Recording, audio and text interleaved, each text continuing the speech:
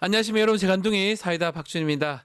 자, 오늘도 시원하고 재밌는 소식들로 여러분 출근길 함께하겠습니다. 생방송 중 댓글 참여 많이 부탁드리고요. 지금 바로 뉴스 인사이다 시작해 보겠습니다.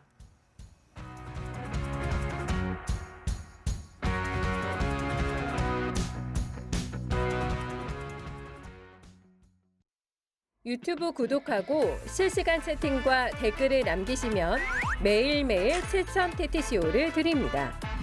참여 방법은 통통물 어플을 다운로드하고 회원가입과 로그인을 해주세요. 마이페이지에서 나의 회원 고유 번호를 복사해주세요.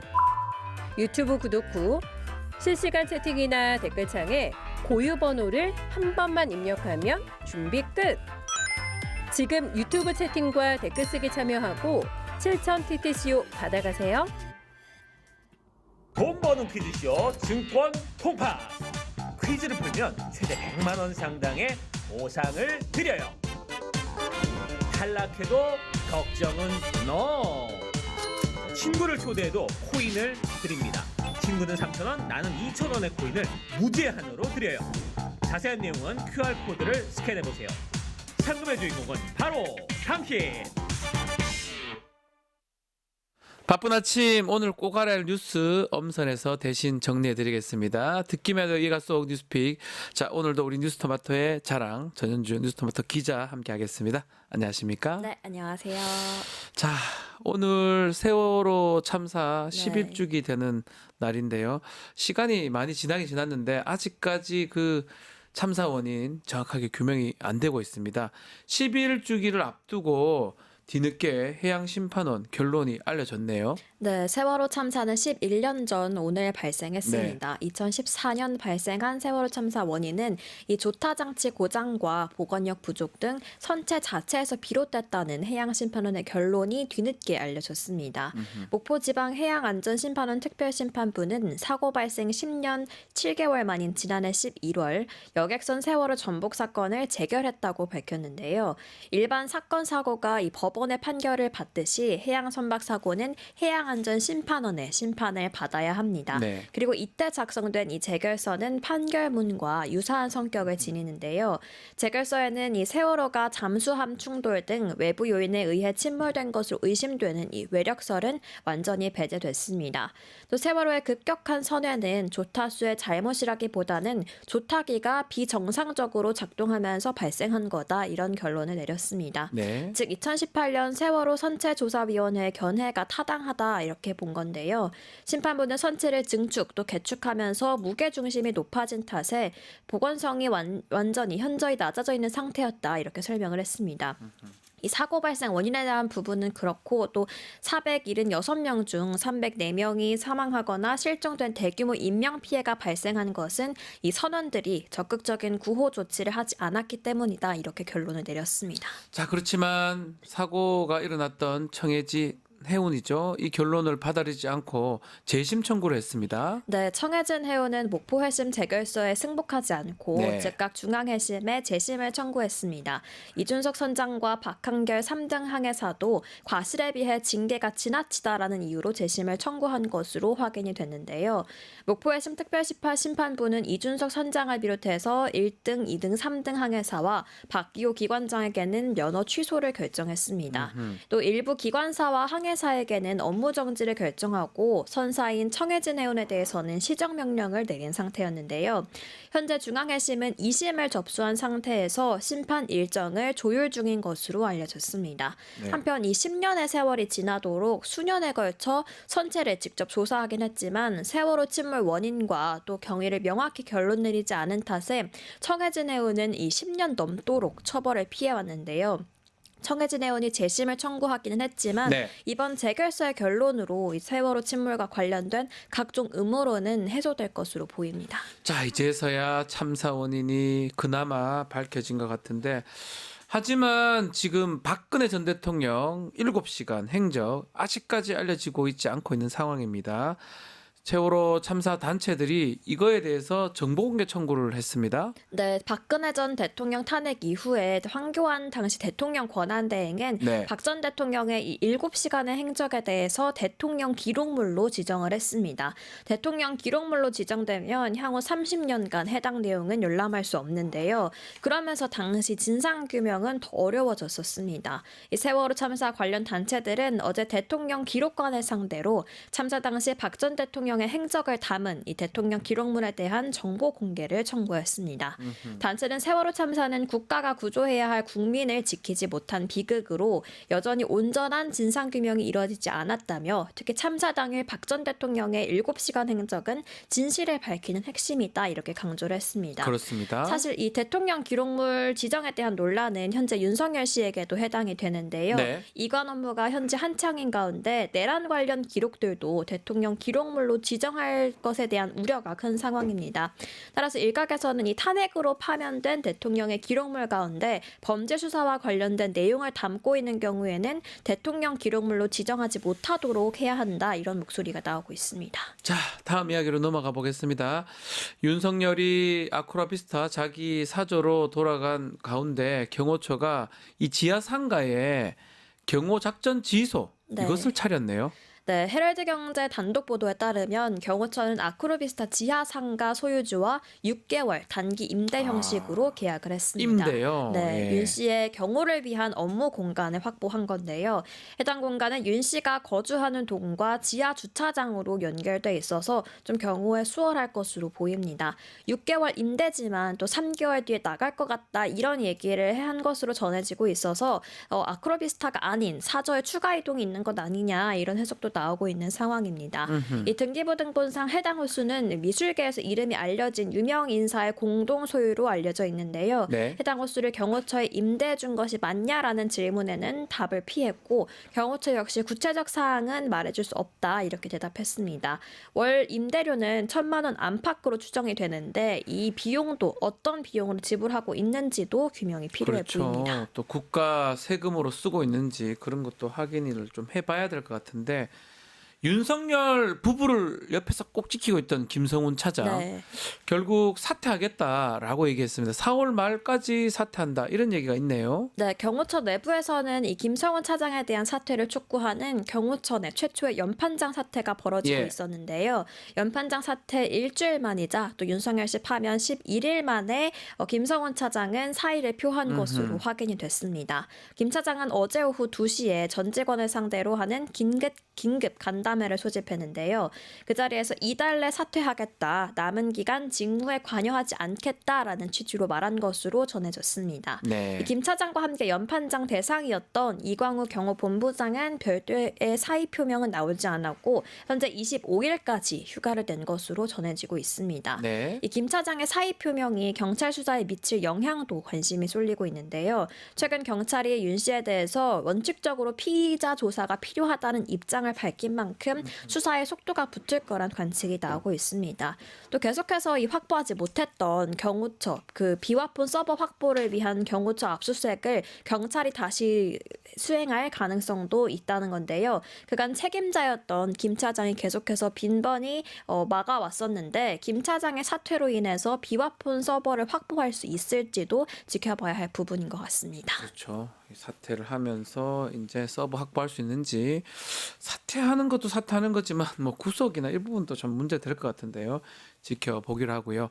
자, 대선 이제 얼마 안 남았습니다. 네. 대선 다가오면서 저희 뉴스픽 코너 속의 코너로 말이라는 코너를 하나 만들었습니다.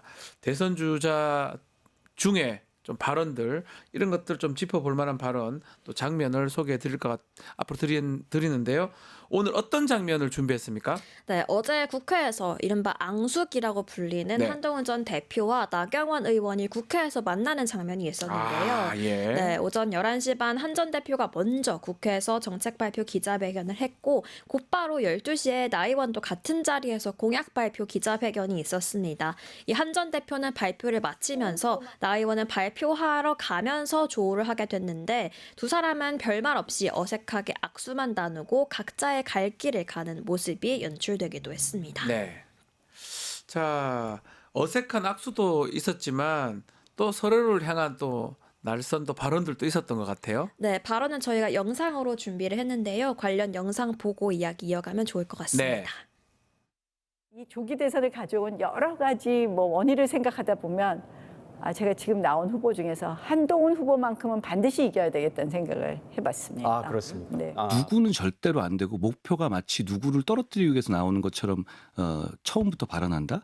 저는 이것에 우리 지지자들이 굉장히 동의하지 않으실 것 같아요. 예전에 통진당의 이정희 후보가 박근혜 대통령과의 토론에서 뭐 비슷한 얘기를 한 적이 있잖아요. 아, 박근혜 후보 떨어뜨리러 나왔습니다. 그 유명한 발언이요. 그렇습니다. 뭐 닮을 게 없어서 통진당을 닮는지 참 안타깝네요. 자, 날선 반응들인데요. 두 사람. 네. 나경원 의원은 지난 13일 네. 채널A에 출연해서 한동훈 후보만큼은 반드시 이겨야겠다라는 발언을 했고, 한동훈 전 대표는 어제 CBS 김현정의 뉴스쇼에 출연해서 누구라고 특정하진 않겠다라고 말은 했지만 나 의원을 이정희 후보에 빗대서 직격하는 모습을 보였습니다.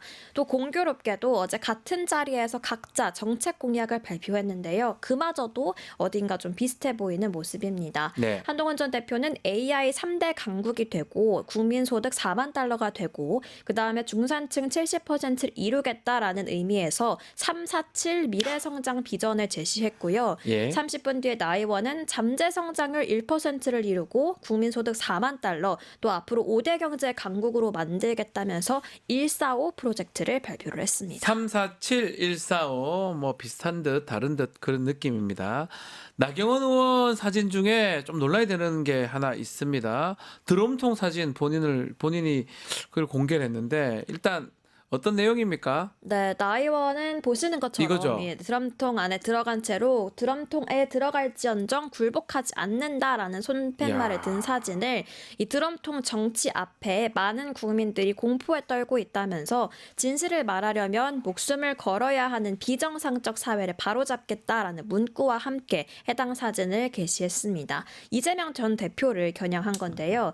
민주당은 야당 인사들을 수거해 영연백에 담아 처리하려던 건 윤석열이다 이렇게 그러니까요. 맞받아쳤습니다. 아, 예. 네, 또 네. 모경정 네, 의원이네요. 모경정 의원의 또 예. 약간 패러디하는 모습도 있었고요. 영연백. 예. 네, 또 국민행복주택 팻말 아래에 있는 드럼통 안에서 사람들이 웃고 있고 또 이 전 대표로 추정되는 인물이 미소를 지은 듯한 이미지도 나경원 측은 공지방에 올렸습니다. 이에 대해서 박경미 민주당 대변인은 공공임대주택을 드럼통처럼 묘사한 거는 공공임대주택 거주자를 비하한 것이라면서 국민을 주권자가 아니라 피지배의 대상으로 여기는 게 아닌지 의문이다 이렇게 직격하기도 했습니다. 그러네요. 참 어떤 의미인지 사실 납득하기 어렵고요. 사실 윤석열 정부 드럼통 얘기가 나왔었는데 그거를 본 나경원 의원이 한다는 게 뭐 전 어떻게 이해해야 될지 잘 모르겠습니다. 어쨌든 지켜보기로 하고요. 자, 마치기 전에 서울 법대입니다. 동기 그 79학번 민주동문회가 이완규 법제처장 헌법재판관 임명한 거 규탄한 성명서 발표를 했는데요. 관련해서 서울대 법대 79학번이죠. 이명춘 변호사 연결해서 이야기 한번 들어보겠습니다. 변호사님 나와 계십니까? 예, 안녕하세요. 이명준입니다. 네. 자, 서울대 법대 79학번 맞으시죠? 예, 그렇습니다. 이 성명서를 발표를 했던데 어떻게 주도를 하신 건가요? 아니면 그 계기는 뭡니까? 그동안에 그 윤석열 대통령, 아니지, 전 대통령, 그 친구와 그 완규 이야기들을 통해서 주변에서, 니들이 책임져라. 계속 뭐 주변에서 이런 이야기를 하면서 굉장히 그래서, 아이고, 우리도 참 같이 자란 사람으로서 한번 의견을 발표하겠다 했는데, 완규가 또 떠서 네. 헌법재판까지 된다니까 어쩔 수 없이 의견을 발표하게 된 겁니다. 아니, 그래 갑자기 이제 파면되기 된 후에 친구라고 보이는 같은 학번에 이완규 법제처장을 또 헌법재판관으로 지명되는 모습, 그게 좀 납득이 어려워서 성명서를 발표한 것 같은데 동기 네. 아니겠습니까? 우리 예, 변호사님하고도 네. 어땠어요, 윤석열? 학교 다닐 때? 학교 다닐 때는 그렇게 친하게 지내지는 않았습니다. 윤석열이는 서울 출신이고 저는 시골에서 올라와가지고 네. 뭐 이렇게 같이 많이 어울리진 않았지만 이제 얼굴 보고 뭐또 성렬이 윤석열 고등학교 동기들이 또 좀 저하고 친해가지고 충암 고등학교죠. 예예예 네. 그 4명이 당시 우리 동기가 있었는데 네. 3명하고는 좀 친했는데 윤석열하고는 조금 뭐 거리가 있었어요. 네. 아무튼 술 많이 드리고 뭐 말 이야기하고 그렇게 옆에서 보고 있었어요. 예. 그냥 보기만 했고 그러면 네. 또 같은 동기인 이완규 법제처장 어땠습니까? 그때 봤을 때.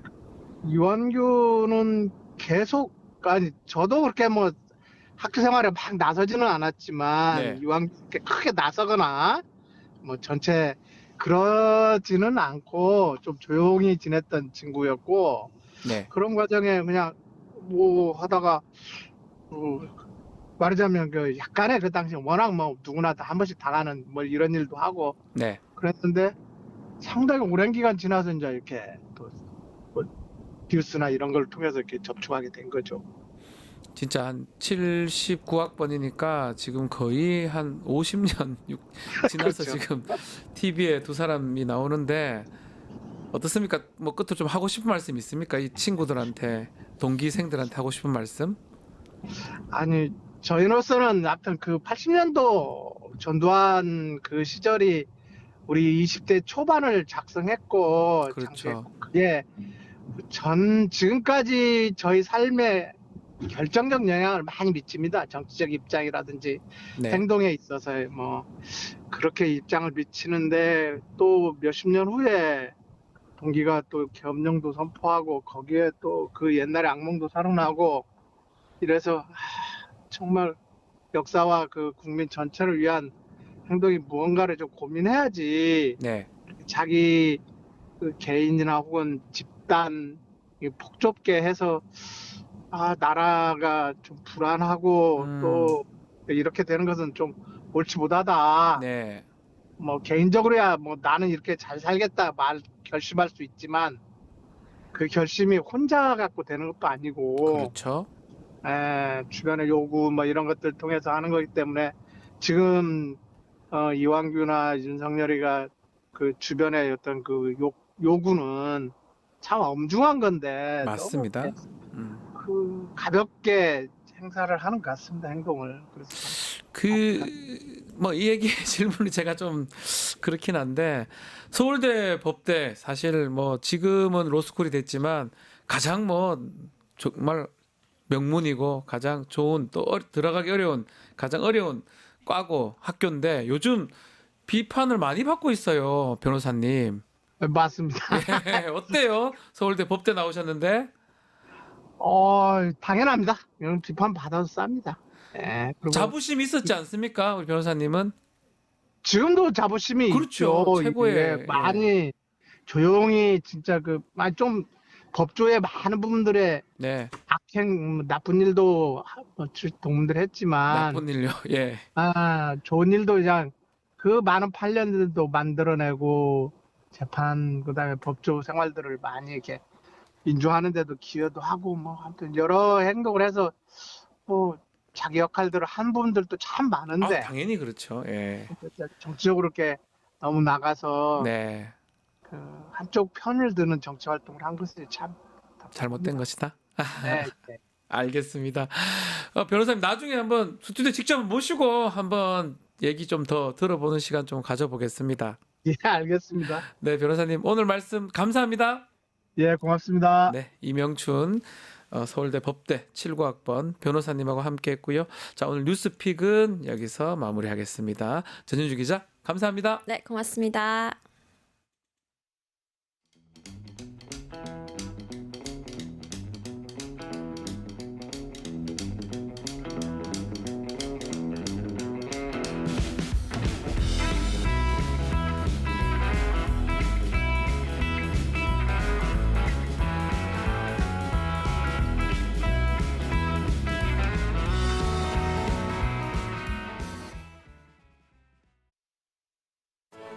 인터넷에 떠돌아다니는 수많은 뉴스 기사.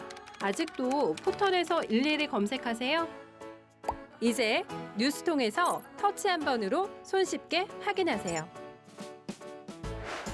최근 내가 구독한 기사를 분석해 오늘의 기사를 추천하는 개인 맞춤형 AI 뉴스. 나만의 공간인 뉴스북에서 컨텐츠를 편집하고 이용자와도 활발한 소통이 가능합니다.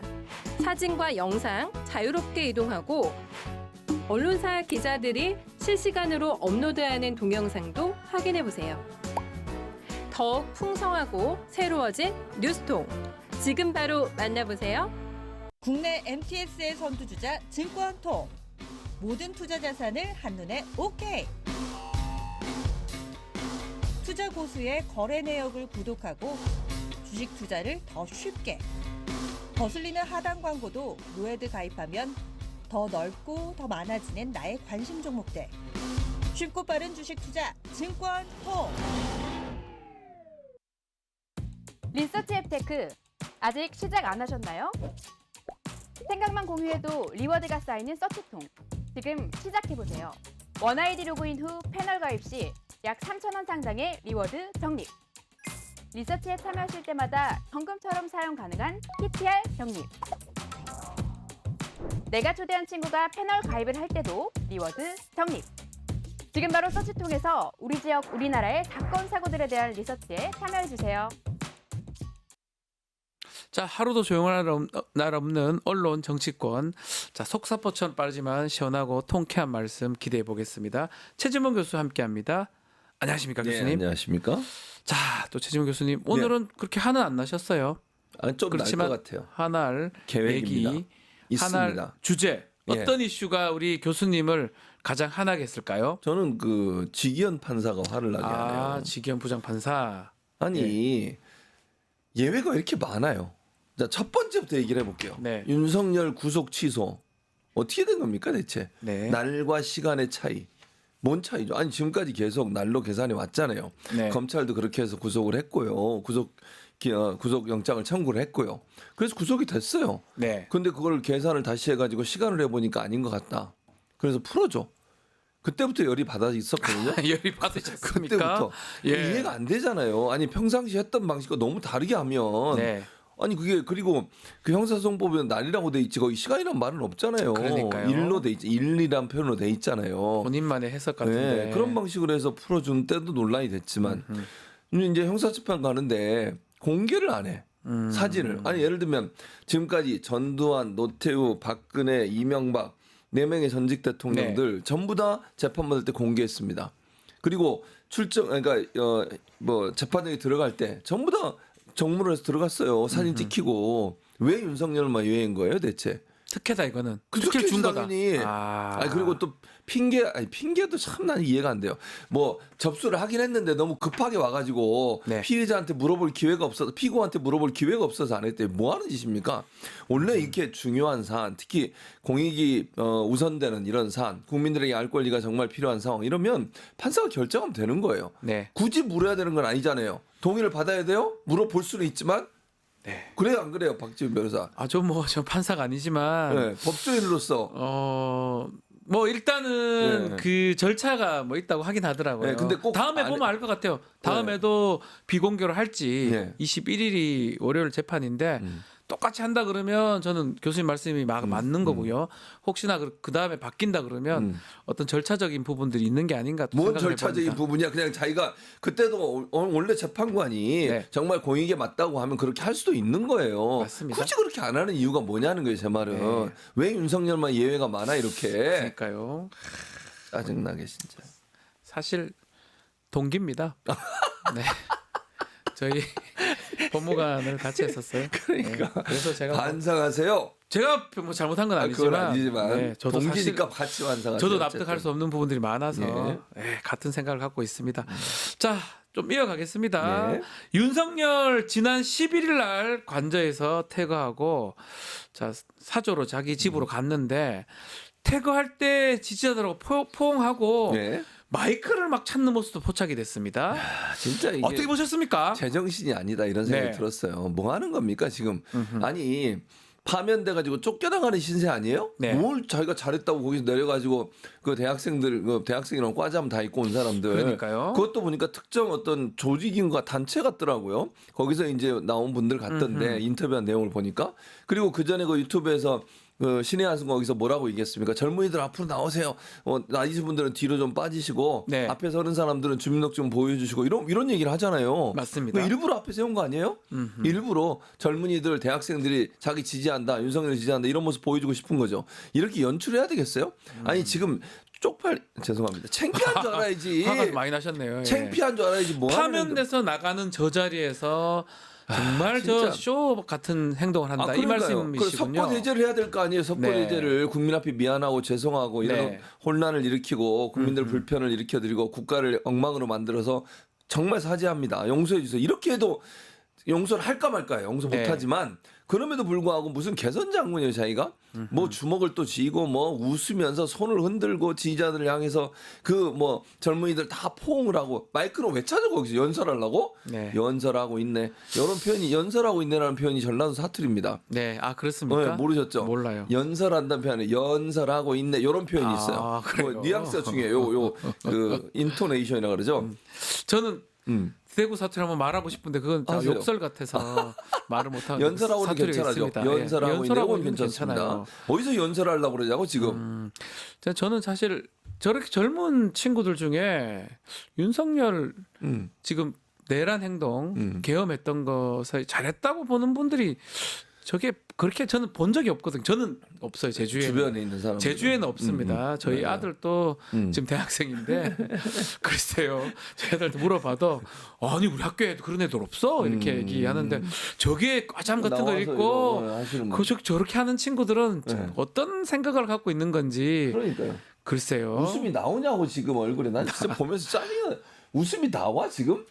나라를 이렇게 엉망진창을 만들어 놓고 납득하기 어렵습니다. 어려운데 자 이렇게 퇴거했는데요. 퇴거 후에 언론의 보도 그 부분도 짚어주셔야 될 것 같습니다. 아니 언론 보도를 보면 대체적으로 부정적 보도. 그러니까 네. 이 윤석열 전 대통령이 이런 행동이 잘못됐다고 비판하는 기사들이 대부분이에요. 네. 예를 들면 동아일보 같은 경우도 파면 일주일 만이야 사저로 사과는 없었다. 이거 뭐 동아일보 당연히 그렇게 기도할 좋네요. 수밖에 예, 맞네요. 없죠. 예. 그다음에 윤 반성 사과 없이 국민 위한 새길 찾겠다 이렇게 얘기했다는 걸 네. 한국일보가 내면서 윤 이동 구간마다 창밖 손 흔들며 인사 8년 전 인파 피해 이사한 박근혜와 대조. 그러니까요. 근데 이것도 좀 더 강하게 써야죠. 이 정도는 그냥 적당히 쓴 거예요. 요러면 안 된다고 보고요. 그러니까 자, 이게 동아일보나 중앙 썬데이 같은 경우는 네. 중앙일보가 이제 이렇게 쓰는 중앙 썬데이네요. 중앙일보하고 이거 좀 차이가 있는 것 네. 같은데 윤 반성상 없이 국민을 위한 세계를 찾겠다는 얘기 있었는데 이것도 비판은 없는 거잖아요. 네. 그냥 그대로 옮겨 쓴 거예요. 이것도 저는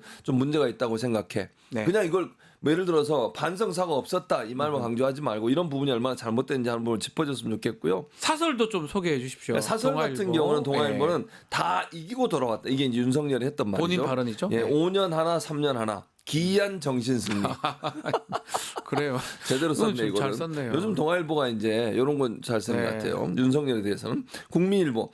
사설 관저에서 물러난 윤 전 대통령은 자중해야 된다. 이것도 이제 제대로 쓴 거죠. 그러니까 마치 동아일보는 이렇게까지 얘기했어. 개선 장군이 금이 한양하듯 그런 모습이었다. 그래서 이건 이제 비판적 입장으로 썼고요. 국민일보 자신의 파면으로 초래된 조기 대선 전국의 책임을 통감하는 자세가 아니다. 네. 여전히 당을 장악하려는 상황 정치의 형태라고 비판을 했고 윤 전 대통령이 존재감을 과시하려 할수록 국가 통합을 제어할 뿐 아니라 자신을 배출한 국민의힘의 발목을 잡는다는 사실을 명심해야 된다. 이렇게 비판적 입장을 냈습니다. 앞으로 지금 뭐 사저 정치할 것이다 이런 분석도 있는 것 같아요. 메시지 낼 것이다. 계속. 그럴 가능성이 있다고 생각해요. 특히 이제 대선 전국에서 본인이 지지하고 본인을 옹호해주고 보여줄 사람을 좀 필요로 하지 않겠어요? 네. 국민의힘 내부도 그렇고 제가 볼 때는 대선의 승리 가능성은 낮으니까 추후에 예를 들면 대선이 끝나고 나면 국민의힘을 누가 장악하느냐가 대단히 중요하잖아요. 네. 그래야 자기가 정치 뒷배가 될 수 있으니까 그런 점에서는 사저에서 일정 부분 대선에 관여하려는 그런 메시지를 낼 가능성은 충분히 있다고 봅니다. 한편으로는 뭐 윤석열도 윤석열이지만 예. 국민의힘이 좀 안타깝습니다. 여기서 빠져나오지를 못하는 모양새거든요. 국민의힘 지금 위하시는 생각을 갖고 아니요 위하는 뭐 여쭤보는 거예요. 뭔가 나와야죠 당연히. 이 굴레에서 빠져나와야지 않나 그럴 생각이 싶은데. 없는 것 같아요. 국민의힘 행태를 보세요. 지금 그런 생각이 있는 것 같습니까? 제가 볼 때는 그 생각을 갖지 않는 것 같아. 아니 윤석열과의 결별을 해야만 국민의힘이 사는 거예요. 그런데 지금 대선 후보로 나오는 사람 중에 탄핵에 찬성한 사람은 2명밖에 없어요. 지금. 네. 그럼 누구예요? 한동훈하고 안철수. 안철수죠. 예. 그 나머지는 다 반대했던 사람이에요. 지금도 나경원, 뭐 홍준표 이런 사람들, 김문수, 윤석열은 옹호하는 듯한 발언을 하고 있잖아요. 네. 안타깝다는 등 탄핵까지 할 문제인가 이런 얘기가 하는가 하면 그 이런 얘기를 하는 사람들이 지금 대선 후보로 나온 사람의 다수예요. 그러니까요. 전체 지금 11명인가 등록을 했다고 그러더라고요. 11명 중에 2명 빼고 나머지는 다 차는 게 탄생하는 분처럼 보인다는 거죠. 그러니까 이런 부분들은 국민의힘 입장에서는 빨리 선을 그어야 돼요. 선을 우리가 그어야 뭐 된다. 이제 탄핵의 강이라고 그러잖아요. 예. 탄핵의 강을 잘 넘는 게 필요할 텐데 제가 볼 때는 못 넘고 있다. 그럼 국민의힘 같이 망하는 거죠, 그러면. 알겠습니다. 대선 얼마 안 남았는데요. 언제까지 저러는지 한번 지켜보기로 하고요. 다음 이야기로 넘어가 보겠습니다. 자, 21대 대선 선방위 위원 꾸려졌는데요. 예. 자, 그 가운데 국민의힘 추천 목세 오정환 위원이죠. 예. 이 사람 좀 놀라야 되는데 예. 어떤 사람인데 이럽니까? 이 사람이 어떤 사람이냐면 네. 페이스북에 글을 올렸는데 그 내용이 뭐냐면 12.3 비상계엄 있었잖아요. 네. 그때 윤석열 전 대통령의 탄핵을 반대하는 글을 페이스북에 올려서 논란이 되고 있는 사람이고 백골당 관련된 보도 있었어요. 예전에 네. 기억하실지 모르지만 그 보도에 대해서 뭐라고 썼냐면 지금 지상파 방송이 전쟁 시 적의 사기를 꺾기 위한 선전 공작을 벌이고 있다. 이렇게 주장했던 사람이에요. 공작이요? 네. 아. 그러니까 이 백골단에 관한 비판적 입장을 낸 그런 기사를 쓴 언론사에 대해 선전 공작을 하고 있다고. 그럼 백골단을 옹호하는 듯한 표현인 거잖아요, 결국은. 그러니까요. 그때 기자회견을 막 김민전 의원인가요? 그때 기자회견 예. 빌려줘 기자회견 했잖아요. 그렇죠. 거기에 대해서 문제를 제기했더니 그게 선전 공작이래요. 그리고 또 하나 문제가 민원사주 유일임 지금 방심위원장이 민원사주 문제가 논란이 돼서 조사를 받고 있는 상황이거든요. 네. 여기에 대해서 연루돼 있다는 의혹이 생긴 사람이 이 사람이 뉴스타파 보도에 따르면 이 오 위원이라는 사람 오정환이라는 사람은 유일임 위원장의 사적 이해 관계자들이 복사해서 붙이는 복붙이라고 그러죠. 네. 복붙 민원을 제기할 당시 2023년 9월입니다. 아하. 이 형식이 유사한 민원을 함께 냈던 사람으로 지금 알려지고 있습니다. 그러니까 본인도 민원 사주에 일정 부분 개입한 게 아니냐 이런 의혹이 생기고 있는 사람인 거죠. 어디서 이런 사람을 찾아서 또 위촉하는 겁니까? 제가 그게 궁금해요. 아. 찾아서 이런 사람만 불러가지고 놀랍네요. 이걸 임명하는 게 말이 돼요. 선방이라고 하는 건 한시적으로 운영되는 곳이긴 해요. 예. 선거방송심의위원회라고. 근데 이거는 대선 관련된 보도, 대선 관련된 프로그램에 대한 심의를 하는 거예요. 그쵸. 그래가지고 만약에 자기들이 마음에 안 들면 어떻게 해야 되고 뭐 문제가 있다고 판단을 하면 벌점을 주거나 이래가지고 제재를 하게 돼 있어요. 일부러 이런 사람 막 찾아내는 건가요? 그럴 가능성이 있다고 저는 봐요. 최소한 이런 경력이 없는 사람을 찾든지 그렇죠. 마음은 이제 그쪽 편을 들겠지만 그래야 되는데 이게 경력들이 이렇게 드러난 사람이 무슨 제대로 된 어떤 심사라든지 하겠습니까? 못하죠. 그러다 보니까 언론 노조에서 음. 사퇴를 촉구하는 성명 발표까지 했습니다. 그렇습니다. 그러니까 내란숙의 윤석열의 파면으로 실시되는 이번 대선의 선거방송심의회 내란 옹호자가 참여한다는데 황당함을 금할 수 없다라고 네. 하는 게 언론 노조의 지금 성명이고요. 네. 유일임의 후한부치함을 국민들은 언제까지 마주해야 하는 것이 참담한 심령을 가눌 수 없을 지경이라고 비판을 했습니다. 네. 그러니까 노조 입장에서는 이런 사람이 와서 심의를 하면 그럼 국민의힘 편을 들거나 아니면 윤석열에 대한 편을 들 가능성이 있지 않겠어요? 그러면 그거에 대한 비판적인 보도를 하거나 비판적 입장을 내는 기사가 나오면 그 언론사에서 제재를 하거나 압박을 가할 수 있는 위험성이 존재하고 있는 거죠, 결국. 딴 거는 몰라도 좀 마진원은 지킬 수 있으면 좋겠어요. 아니, 이런 사람이 네. 저희 술래한 코너에서 선방심의 얘기를 계속 하고 있는데 22대 총선에서도 편파성 얘기를 다뤘었고요. 지금 유일임 방심위가 선방심의를 뽑아요, 맞아요. 뽑죠. 거기서 뽑아요. 그러다 보니까 또 문제가 또 반복되는 것 같습니다. 그렇죠. 예. 아니 이게 사례를 보면 알 수 있어요. 제가 선거방심위원회가 두 번 네. 있었거든요. 그러니까 유일임 체제 들어와서 두 번 있었는데 그때마다 지금 총선 지난번 총선 있었잖아요. 네. 1년에 있었던 총선 과정에서 선방심의 21대 총선이요. 법정 제재를 몇 건을 내면 30건을 내요. 30건. 근데 이게 얼마나 이례적인 일이냐면요. 2008년도에 방심위가 만들어진 이후에 방송통신심의위원회가 이게 유일임이 지금 방심위원장이잖아요. 네. 방심위가 선방심의를 또 임명을 해요. 네. 그러니까 이 방심위가 만들어진 이후에 역대 최다 기록이에요. 이렇게 왜냐하면 아까 제가 말씀한 선방심위는 3개월에서 6개월 정도 활동을 해요. 그러니까 오래 하는 게 아니에요. 그렇죠. 단기간 하는데. 그러니까 단기간 선거 기간만 하는 거예요. 와. 근데 그게 30건이에요. 예. 역대 최다고요. 선방심의가 의견할 수 있는 법정 제재 중에 가장 수위가 높은 게 관계자 징계예요. 네. 관계자 징계가 전체 30건 중 14건, 거의 절반이 제일 높은 수위의 제재를 가했어요. 이것도 대단히 이례적인 일이에요. 관계자 징계 같은 경우에 그러니까 가장 높은 수의 관계자 징계는요. 2008년 그러니까 방송통신심의위원회가 생긴 이후에 2건밖에 없었어요. 네. 근데 이게 그러니까 지난 총선 과정에 14건 있었다니까요. 그럼 숫자로 비교해보면 얼마나 많은 제재가 있었던 거예요. 네. 이만큼 문제가 되는 행동을 했다고 볼 수 있는 거죠. 자, 유일임 위원장 얘기 나온 김에 하나만 좀 더 짚어보겠습니다. 유일임 위원장 비상계엄 이후에 휴대전화를 2차례 바꿨습니다. 예. 청부민원 관련해서 사실은 측근의 양심 고백이 중간에 있었지 않습니까? 무슨 본부장인가요? 뭐 그분의 맞아요. 그 후에 얼마 안 있다가 휴대전화를 바꾼 거거든요. 어떻게 보십니까? 그러니까 이렇게 되면 증거인멸이라는 의심을 살 수밖에 없는 거죠. 네. 아니 왜 이렇게 조사가 들어가고 양심선언을 한 다음에 휴대전화를 바꿨겠어요. 거기 기록이 남아있다고 하는 의심이 들지 않습니까? 네. 그러지 않고서야 굳이 뭐 예를 들면 이유도 없이 우리가 지난번에 그 4명 안가 회동하고 그 사람들을 다 의심하는 이유가 뭐예요? 휴대전화 다 바꿨잖아요. 그러니까요. 어떻게 거의 비슷한 시기에 다 바꾸냐고요. 문제가 되자마자. 이거 이상하잖아요.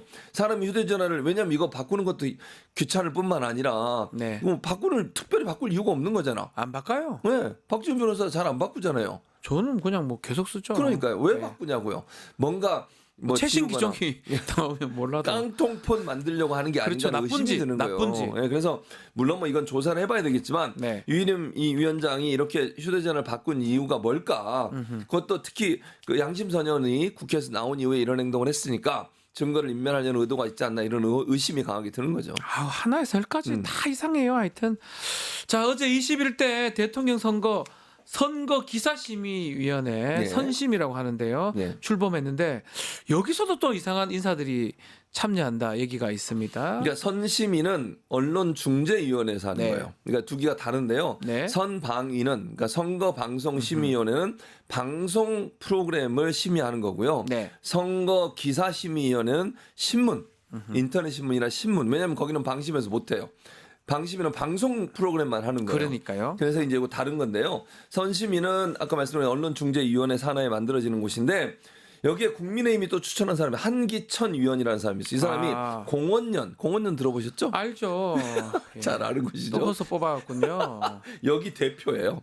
대표. 여기서 딱 대표 하신 분을 뽑아서 예. 이분을 이제 선거기사심의위원회 위원으로 아하. 임명을 했습니다. 이 사람이 윤석열 탄핵 심판 과정에서 부정선거 음모론을 지지했고요. 이 음모론에 기반한 비상계엄을 긍정평가했어요. 야, 이게 부정선거가 있었기 때문에 비상계엄 선포한 거야. 네. 이렇게 얘기했던 사람이에요. 그러니까 이 사람이 또 공원연 대표라고 그랬잖아요. 네. 공원연이라는 시민사회단체, 자기들 이제 보수 진영의 시민사회단체인데 여기서 온라인 매체를 하나 창간을 했어요. 여기 이 사람이 편집위원으로 일하고 있는데 여기서 부정선거 음모론이 허황되지 않다고 주장을 했고요. 윤석열이 헌법재판소 탄핵심판 변론에서 이 음모론을 펼친 것이 중계됨에 따라서 실제로 국민 계몽이 됐다 이렇게 주장했던 사람이에요. 그냥 뭐 어디서 또 이런 사람을 구해다 온지 몰라도 좀 아까도 똑같아요. 보셨죠? 그 마지노라는 게 있잖아요. 없어 이 마지노를 좀 지켜줬으면. 지하로 내려가요. 지하로. 이게 마지노가 뭡니까? 없고 땅으로 내려갑니다. 땅 내려가죠? 밑으로. 예. 그냥 이 사람들은 그냥 자기 할 일 하는 게 맞지 않나요? 이런 공적인 자리에 왜 옵니까? 아니 그러니까 이런 사람들을 공적인 자리에 보내는 사람이 문제인 거지. 그러니까요. 뽑고. 그래가지고 이 사람들이 평소에 갖고 있던 생각을 가지고 방송을 심의하고 언론 기사를 심의하면 어떤 경우가 나오겠어요. 그러니까요. 선거 부정 있었는데 그거 없다고 그래? 당신들 잘못해서 법정 제재야. 징계할 거야. 심의할 거야. 이렇게 나오지 않겠어요? 그거 하라고 보내는 거 아니에요. 결국은. 참 답답합니다. 결국 방심위도 뭐 방통위에서 나오는 거고 한데 예. 지금 방통위가 지금 2인 체제 아니겠습니까? 2인 체제죠.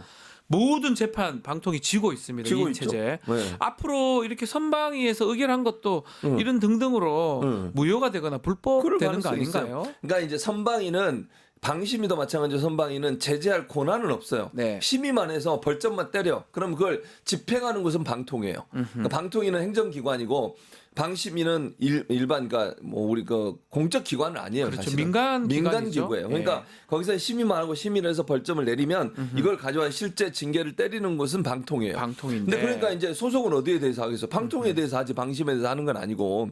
그러니까 방심위가 심의를 하지만 방통위가 소송 당사자가 되는 건데 2인 체제에서 계속 이제 제재를 하잖아요. 만약에 네. 벌점 내려가지고 이렇게 되면 또 재판 들어가. 재판 들어가면 뭐예요? 변호사 선임해야 돼. 법무법인하고 계약 맺어가지고 그럼 뭐가 들어가? 세금이 들어가. 네. 그래서 지난번에 계속 그 법정 투쟁이라는 표현보다 법정 어떤 소송을 계속 네. 하다 보니까 기존에 보통 이제 얼마 정도 우리가 법정 소송을 대비해서 얼마 정도 예산을 세워야겠다. 세우는 예산은 훨씬 넘어간 거예요. 그래가지고 뭐 유류비 다른 비용 다 가져와서 그걸 또 됐거든요. 근데 계속 지고 있는데 또 하고 있는 거예요. 그럼 또 세금이 날아가는 그렇죠. 거예요. 이것 때문에. 그렇죠. 아니 불법이라고 분명히 법원이 얘기를 했으면 더 이상 이런 행동을 하지 말아야 되는 거잖아요. 근데 그런 행동을 계속하고 있다는 게 문제라고 보는 거예요. 이진숙은 정신을 못 차리고 세금 낭비하면서 이런 법적 소송을 계속하고 있어요. 지난번에 이베스 사장 관련해서 또 예. 항소했어요. 네. 받아들이면 될 거 아니에요. 그렇죠. 어차피 질 건데 왜 그런 행동을 하냐고요. 자기 돈 아니니까요. 참. 예. 그래서 빵은 자기 돈 아니니까 사 먹는 건가요? 하여튼 그런 것들도 문제가 되고 공직자로서 기본이 되는 건지 참 의문스럽습니다. 자, 마지막으로 얘기 좀 해보겠습니다. 조기 대선 본격화되면서 캠프가 꾸려지고 있는데요. 네. 언론인들이 대선 캠프에 지금 가는 모습 보이고 있습니다. 그렇습니다. 어떻습니까? 이건 문제가 심각해요. MBC 이성배 아나운서라고 잘 아실 거죠? 방송 같이 한 근데 그런 몰랐어요 그 사이에? 아니 뭐 잘 아는 친구죠. 아니 내 말은 이렇게 할 줄을 몰랐냐고. 그 스타일을 제가 뭐 정확하게 물어본지 못해서. 예. 이 14일 날 예. MBC 사직서 내고 홍준표 캠프에 들어갔습니다. 김문수 지금 후보 같은 캠프에도 언론인 출신 고대영 전 KBS 사장 아시죠? 네. 그 사람 들어갔고요. 이문열 작가도 합류했고요. 정치적 중립 사실 이제 언론 기자면 네. 이게 왜 문제가 되냐면요. 이 사람들이 만약에 캠프에 들어가거나 어디 대통령실에 네. 청와대 대변인으로 가거나 민경욱도 그랬잖아요. 예전에. 바로 네. 가버렸어요 하루 만에. 이런 행동을 하는 게 왜 문제가 되냐면 이 사람들이 그렇게 가기 전에 그럼 교감이 없었겠어요? 정치로 가려면 최소한 특정 정치인과 정치 정당과 어느 정도 교감이 있고 영입을 하겠다 안 하겠다 이런 얘기가 오갔을 거 아니에요. 그게 최소한 몇 개월은 걸리지 않겠어요? 그렇죠. 하루아침에 너 와 이래가지고 가는 사람이 어디 있어요 세상에.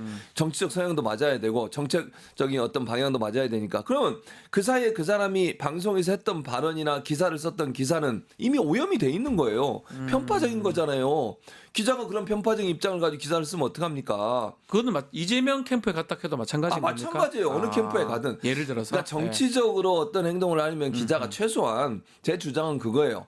그만두고 한 1년은 지나서 하라. 예. 그래야 의심을 안 받는 거예요. 하루아침에 오늘까지 뉴스 진행하다가 그 다음날 대변으로 가. 딱 이게 그래요. 뭐 하는 거예요? 이성배 아나운서가 네. 전날까지 뉴스 진행을 했습니다. 그래놓고 예. 가면 이 사람이 진행된 뉴스가 과연 공정하다고 믿겠냐고요 사람들이. 그 전까지 그럼 속으로는 겉으로 드러내진 않았지만 마음속으로는 그런 생각을 갖고 기사도 쓰고 뭐 아나운서도 하고 아니면 방송 진행도 했을 가능성이 있는 거 아니겠어요? 네. 그게 공정합니까? 만약 정치의 뜻이 있었으면 왜 계속 앉아 있는 거야? 빨리 그만두고 좀 지나서 가라고요. 그래 의심을 안 하지. 그러니까요. 알겠습니다. 뭐 사실 정치 하고 싶으면 해도 되는데 그 시기 같은 게 문제 같아요. 그럼요. 뭐 하는 제가- 게 뭐라 하지 않죠. 그러니까 제가 그래서 해요, 법을 정치하고 만들자 싶으면. 그랬어요. 법을 만드는데 요즘도 공무원들은 3개월인가 얼마 전에 반드시 그만둬야 그렇죠. 돼요. 예. 그렇게 언론인도 그렇게 만들자 그랬어요. 저는. 그러니까 언론인들 같은 경우에 공정성이 대단히 중요하기 때문에 만약에 정치를 하거나 공직으로 가려면 최소한 퇴직하고 6개월 이후에 갈 수 네. 있게 법을 만들어 놓으면 그 사람도 그렇게 안 하지 않겠어요? 근데 이렇게 하루아침에 뉴스 진행하다 가면 국민들이 얼마나 황당하겠습니까? 네. 그건 바람직하지 않습니다. 알겠습니다. 오늘 말씀 여기까지 듣겠습니다. 최진봉 교수와 함께했습니다. 감사합니다. 감사합니다.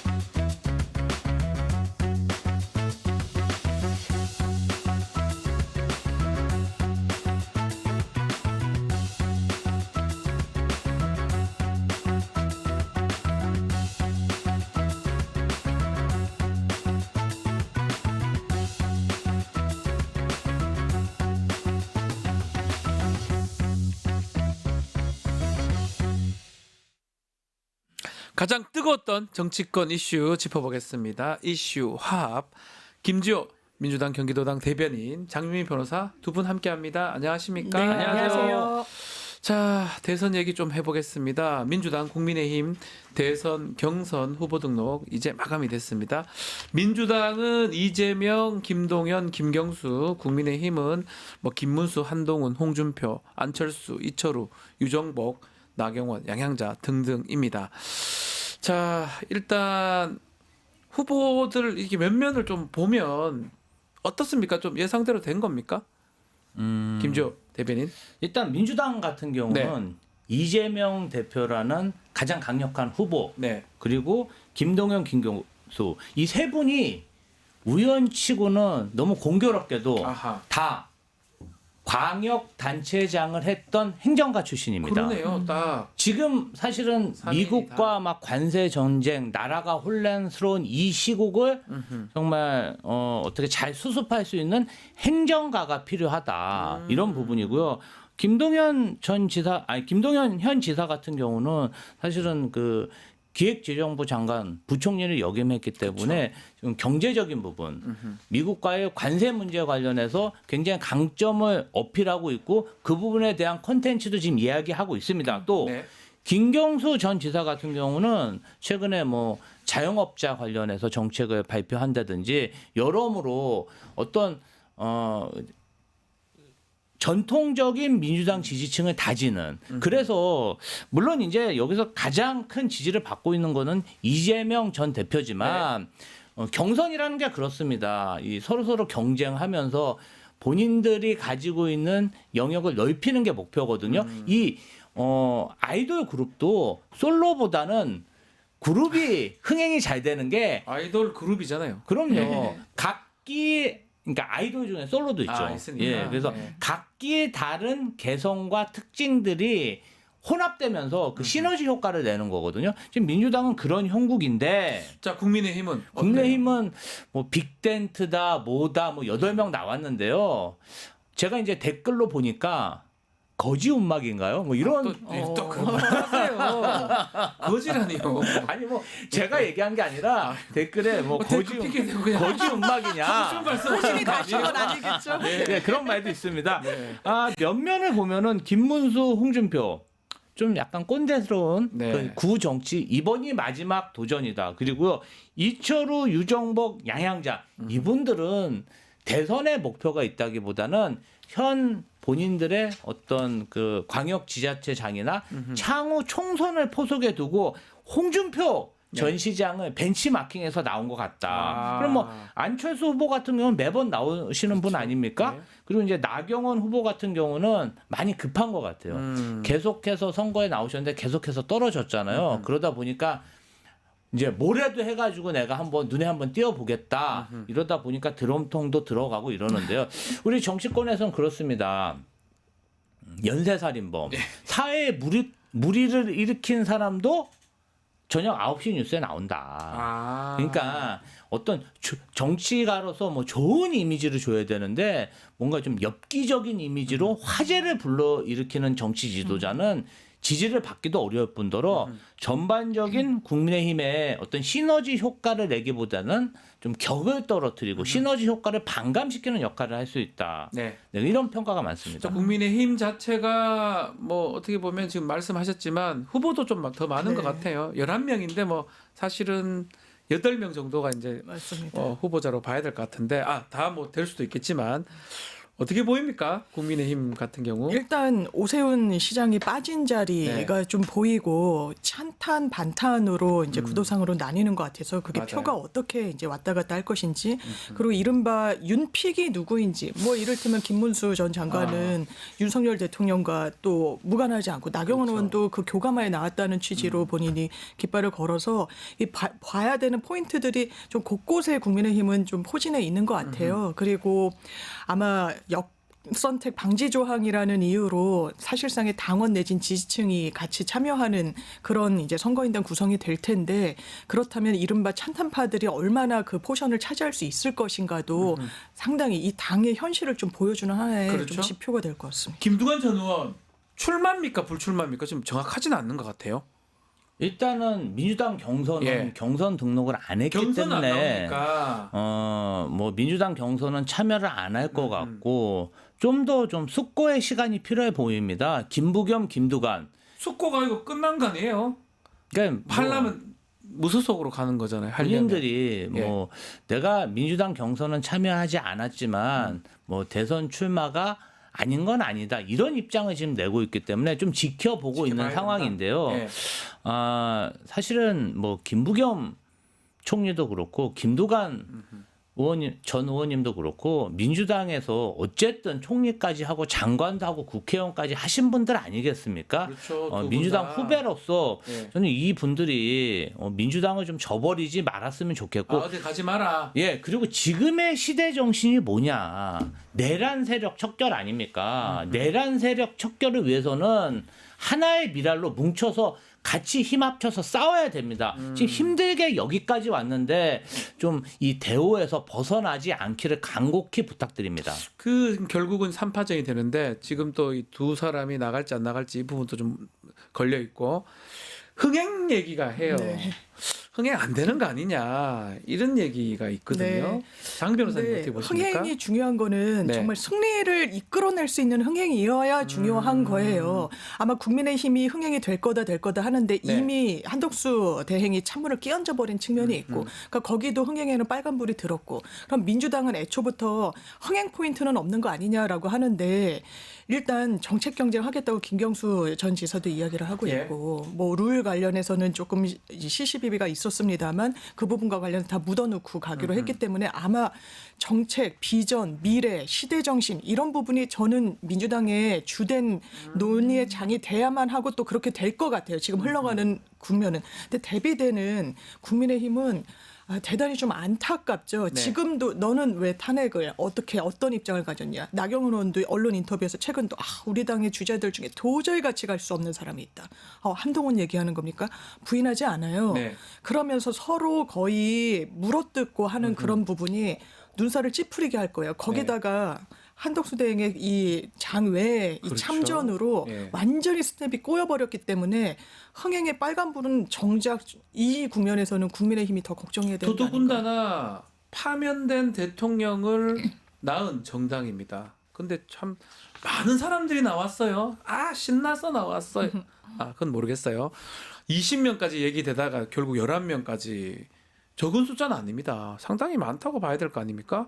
뭐 출마 뭐 하는 거 뭐 누구든지 할 수 있지만 뭔가 좀 이렇게 맞지 않다는 생각 자꾸 들어요. 아니 우리가 지금 네. 대통령을 뽑는 과정을 진행하고 있는 거지. 그러니까요. 가수왕을 뽑는 게 아니잖아요. 예능 스타 가수왕을 뽑는 게 아닌데 국민의힘은 예능 스타 가수왕을 뽑는 걸로 좀 착각하고 있는 것 같아요. 네. 사실은 그렇습니다.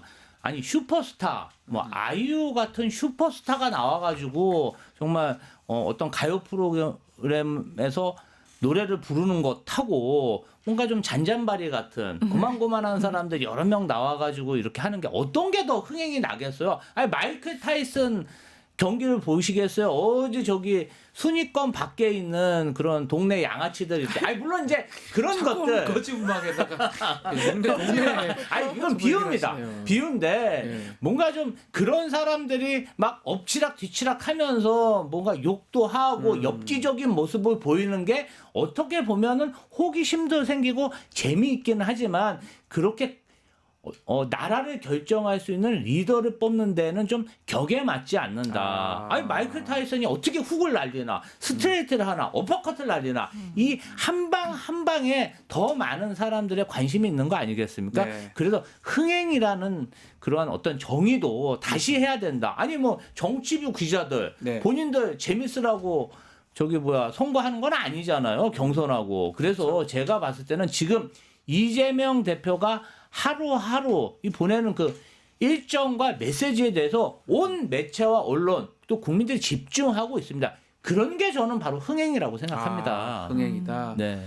근데 뭐 지금 좀 강하게 이제 우리 김주호 부대변인 말씀도 하셨고 우리 오늘 터트린다 이렇게 한금대지님 말씀도 주셨는데 거지 운막에다가 뭐 동네 땡땡땡 말씀도 하셨는데 이렇게 출마 러시가 이어진 배경은 어떤 게 있을까요? 아니 어떤 분이 진단하시는데 오히려 이 안 되는 때 이렇게 후보들이 난립했던 전례들이 상당히 또 있다고는 하더라고요. 그리고 아까도 이제 짚어주셨지만 지금 대선을 내가 정말 될 거라고 생각해서 나오나. 왜냐하면 김기현 의원 같은 경우에는 본인들 의총에서 우린 패족이다 얘기했어요. 네. 이번에 건너뛰어야 된다라고도 읽히는 그런 대목인데 그러면서 한덕수 카드가 좀 부상했고 이왕 안 될 거 우리 좀 믿고 친윤 중심으로 기득권을 가져갈 수 있는 대안을 모색했던 거죠. 근데 네. 그 부분이 어쨌든 당원들과 맞물리면서 지금 상당히 좀 변수로 작용하고 있는 거고.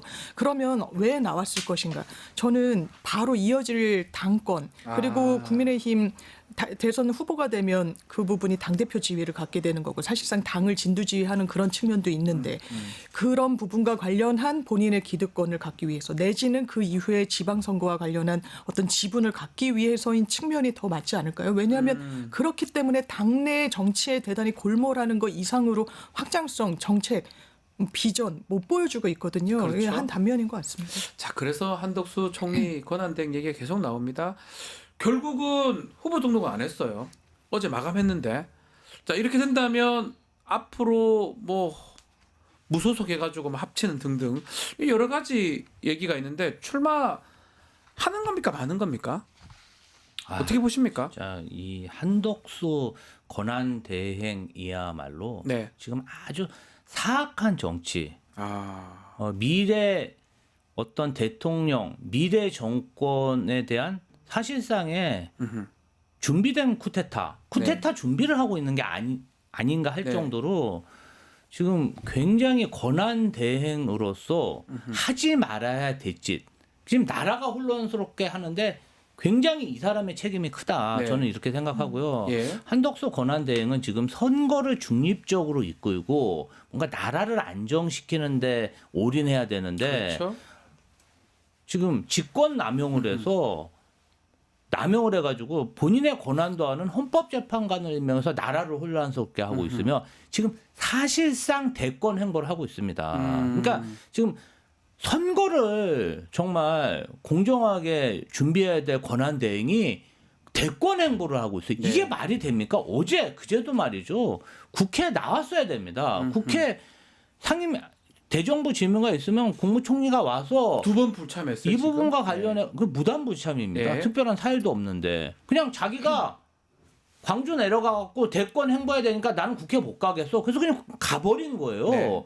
아니 지금 권한대행이 국회의원들과 질의응답을 통해 갖고 어떻게 하면 나라의 혼란을 잠재우고 또 선거를 중립적으로 진행해야 될지 이런 얘기를 이런 다짐을 해야 되는 시기잖아요. 그런데 이 사람은 대권 행보를 하고 있고 더 중요한 건 뭐냐면 이 사람 김앤장 출신입니다. 네. 김앤장 고문 출신인데 지금 미국의 이익, 미국의 관세 전쟁 여기에 뭔가 기여할 구상을 하고 있으면 여기서 본인이 권한대행에서 어떤 협상을 타결시키겠다는 그런 그릇된 주장까지 하고 있어요. 네. 저는 사실은 이것이야말로 정말 대한민국의 국익을 해치는 일이다. 지금 왜냐면요. 미국이 한국을 막 압박해갖고 뭘 받아내려고 해도 지금 대통령 거리 상태 아닙니까? 그렇죠. 그래서 마음대로 자기 힘껏 압박을 못하고 있어요. 그럼 지금 그냥 버티면 돼요. 다음 대통령, 강력한 다음 대통령 리더십이 나와서 트럼프와 정말 싸우면 되거든요. 그래서 우리의 이익을 쟁취하면 되는데 맞아요. 지금 이 한덕수 이자가 뭔데 이 관세 전쟁, 관세 협상 관련해서 본인이 마치 미국의 이득을 최대한 받아들여 갖고 타결할 듯한 그런 움직임을 보이고 있어. 이 부분과 관련해서 그것도 문제라는 거죠. 이 부분과 관련해서는 저는 민주당이 심각하게 정말 국익을 해치고 있기 때문에 탄핵까지 검토해야 된다, 밀어붙여야 된다 이렇게 생각합니다. 황금대진이 오늘 글 계속 많이 쓰고 계시는데 뭐라고 미국과 협상을 하냐. 권한 대행이 이렇게 얘기를 하고 있습니다. 자, 저는 또 한 가지 또 의문스러운 게 지금 출마할지 말지 계획서 얘기를 하는데 등록 끝났잖아요. 그럼 불출마하는 걸로 돼야 되는데 아직까지 출마 가능성이 있다는 거 또 좀 놀랍고 한덕수가 뭐 경쟁력이 있습니까? 경쟁력이 저는 그게 또 더 의문스러워요. 그러니까 50년 관료 생활을 했다라는 그 네. 경험치를 무시할 수는 없겠죠. 그게 대한민국 미래에 도움이 된다면 유권자들이 선택할 텐데 이 사람이 과연 아까 말씀 주신 부분 중에 제가 대단히 공감이 됐던 네. 게 이를테면 대한민국의 지금의 위기 상황을 본인의 정치적인 디딤돌로 삼으려고 하는 것처럼 보이는 거예요. 그러니까요. 이를테면 트럼프와 통화하고 이랬을 때 본인의 이 직무는 대단히 제한적인 거예요. 국민한테 선출받은 사람이 아닙니다. 지금 국가 위기 상황에서 대통령이 탄핵되면서 그냥 그 자리를 얻게 된 거예요. 반사적으로. 그런데 알래스카 LNG 화상 회의를 뭐 1, 2일 안에 개최하겠다. 이거 대단히 위험하다고 전문가들이 이야기를 맞습니다. 하더라고요. 예. 그러니까 관세 이런 위기 상황 속에서 이 부분을 본인의 어떤 정치적 입지를 다지는 걸로 사고한다는 점에선 대단히 부적절해 보이는 거예요. 경쟁력이 있다고 국민들이 판단할까요? 물론 통상교섭 본부장을 하고 산자부 차관을 하고 또 뭐 총리를 2번씩 역임하고 이런 부분이 장점이죠. 그런데 그 이상을 보여주는 사람일 것인가 더 부적절한 건 국민의힘 의원들입니다. 네. 제가 오세훈 시장과 좀 가까우신 분들한테 좀 여러 차례 여쭤봤어요. 네. 왜 갑자기 이렇게 드랍을 한 거냐? 갑자기 왜 한 거냐? 한덕수에 대한 이 비토를 말씀하시는 분들이 많았어요. 왜냐하면 오세훈 시장이 출마 기자회견이 예정돼 있는데 50명이 넘는 박수영 의원에 따르면 54명의 의원이 한덕수 나와야 된다 이랬다는 거잖아요. 네. 오늘 동아일보 사설도 제목이 왜 한덕수가 안 나온다는 걸 국민의힘 지도부가 얘기하냐는 거예요.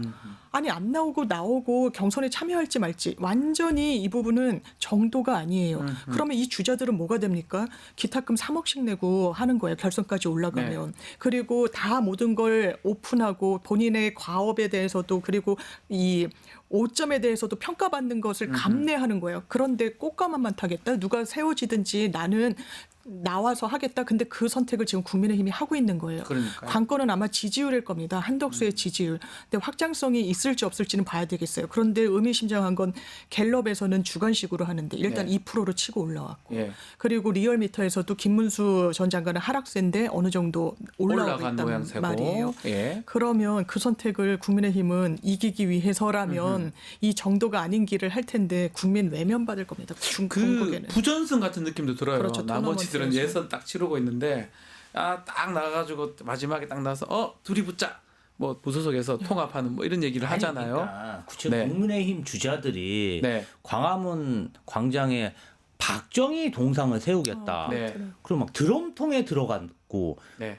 이상한 그냥 선거 전 정말 시정 잡배나 할 수 있는 그런 엽기적인 콘텐츠를 지금 네. 뿌리다 보니까 어떻게 보면은 국민의힘 지지층이 보기에는 트럼프와 통화할 수 있는 한덕수, 관세 전쟁을 어쨌든 뭔가 마무리 짓겠다는 한덕수, 그리고 대통령의 권한으로 대선 행보를 하고 있는 한덕수가 두드러져 보일 수 있는 것은 현실이다. 네. 한덕수를 과소평가하면 안 된다. 저는 이렇게 생각하고요. 네. 한덕수가 이렇게 해갖고 지지율 조정을 받아서 뭔가 1등 주자로 나온다면 저는 출마할 가능성 매우 높다고 생각합니다. 출마할 가능성이 매우 높다. 이것 자체가 아주 반칙이죠. 본인이 대선 선거일을 공표한 사람이 대선 선거를 공정하게 뭔가 관리해야 되는데 딴 마음을 품고 딴짓을 하고 있다. 지금 간보기 정치를 하고 있다. 네. 저는 너무나 사악한 정치라고 생각합니다. 심판하는 사람이 선수로 나오는 거잖아요. 그런 심판하는 사람이 이렇게 네. 보고 있다가 네. 이렇게 나한테 유리하네. 나한테 유리하면 이제 바로 나가려고. 그런 느낌. 이게 얼마나 간보기 정치, 사악한 정치입니까? 맞지 않은 것 같긴 한데 네. 일단은 30일 전에 사퇴하려면 네. 5월 3일까지네요. 네, 예, 5월 그렇습니다. 3일, 5월 4일까지 예. 고전까지 하고 싶은 거 다 하다가 그때 사퇴가 대선 나간다. 행보 하다가 사퇴할 것 같아요. 5월 4일 날 탄핵했으면 좋겠어요. 알겠습니다. 자, 불출마 선언한 사람이 오세훈 시장. 그리고 또 오세훈 시장이 지금 홍준표 전 시장도 만나고 김문수 전 장관 또 안철수 의원도 만나고 하는데 오세훈 시장은 어떤 행보를 하는 겁니까? 지금 뭐 탄핵을 찬성하다가 반대하다가 막 등등 애매합니다. 앞으로 어떻게 되는 겁니까? 오세훈 시장 같은 경우는 명태균 스캔들 관련해서 관저까지 지금 네.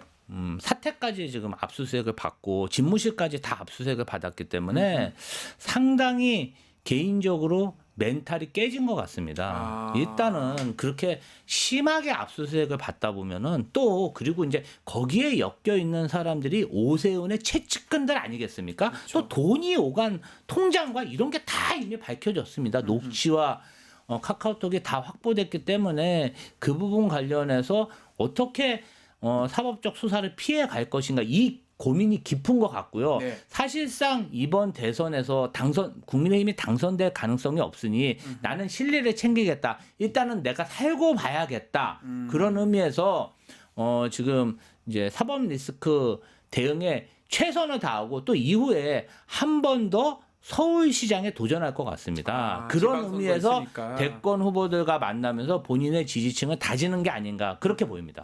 자, 오세훈 시장 같은 경우는 좀 나가면 뭔가 출렁출렁 거릴 것 같았는데 별로 뭐 그게 힘이 없었나요? 근데 이제 민주당 입장에서는 네. 사실 유승민, 오세훈 그리고 여러 여론조사 지표로도 네. 중도층에서는 국민의힘 주자 중에 그 두 사람이 상당히 그렇죠. 높이 나와요. 중도층에서는 근데 나왔을 땐 위협적인 카드라는 거를 이제 부인할 수는 없는데 네. 그럼에도 불구하고 당내에서 이 여론조사 지금 선거인단 구성과 제일 유사하게 여론조사를 돌려보면 그쪽 캠프에 계셨던 왜냐하면 캠프 계약까지 하고 그래서 나갈 채비를 완전히 한 건 맞았던 네. 것 같아요.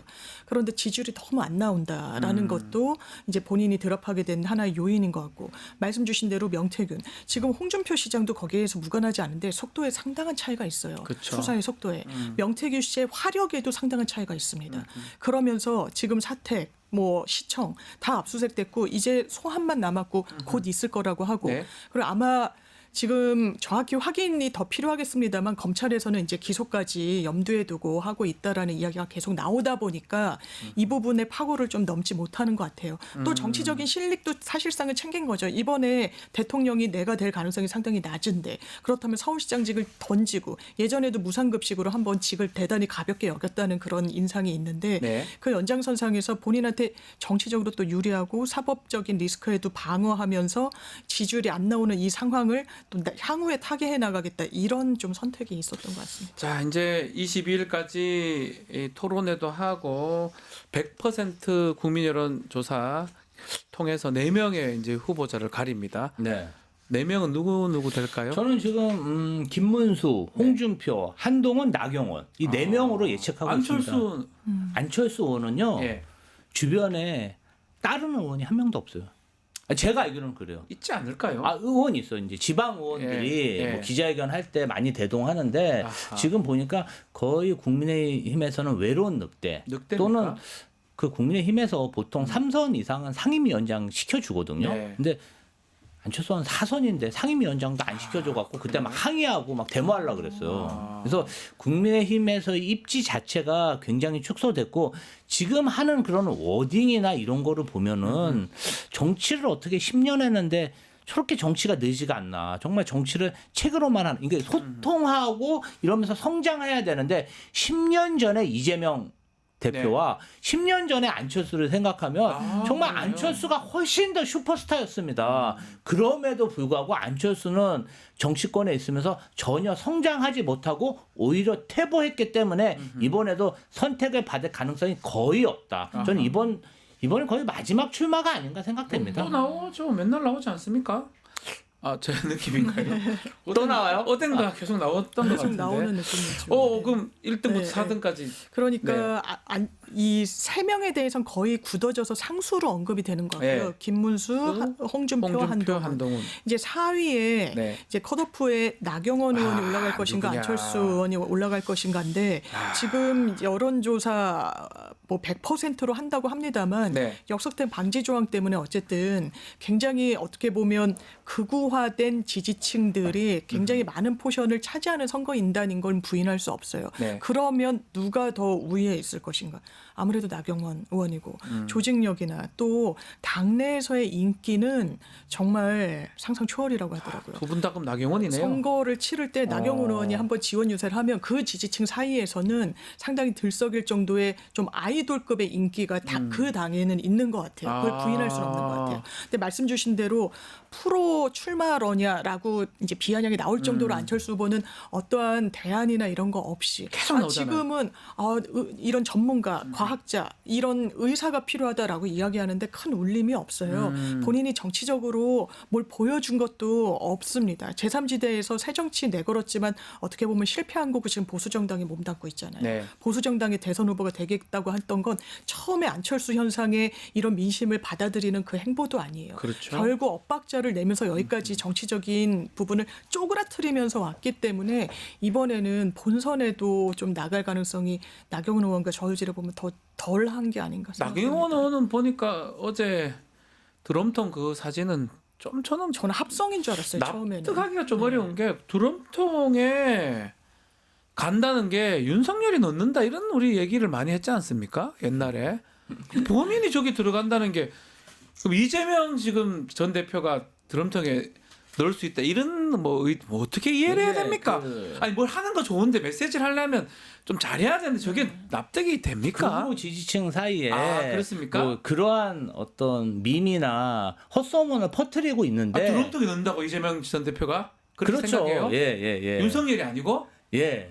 이제 그런 것들을 퍼뜨리는 것에 편승해가지고 그러니까 지금 나경원 의원이 처해 있는 상황을 보면은 나경원 의원 캠프에 윤석열계 친윤준의 친윤 김민전 대변인 의원이 대변인이에요. 그러니까 윤석열의 픽을 받은 거는 맞고 그러면 이제 본인이 지금 지지율이 낮기 때문에 극우 세력들한테 내가 윤석열 픽을 받았어. 이걸 어필하려고 저런 엽기적인 행태를 보이고 있는 거죠. 근데 나경원 의원 자체가 12월 3일 날 계엄군이 쳐들어왔을 때 국회로 갈까 당사로 갈까 하다가 국민의힘 당사로 도망간 사람 아닙니까? 그렇죠. 그걸 또 사람 일반 시민들 다 봤어요.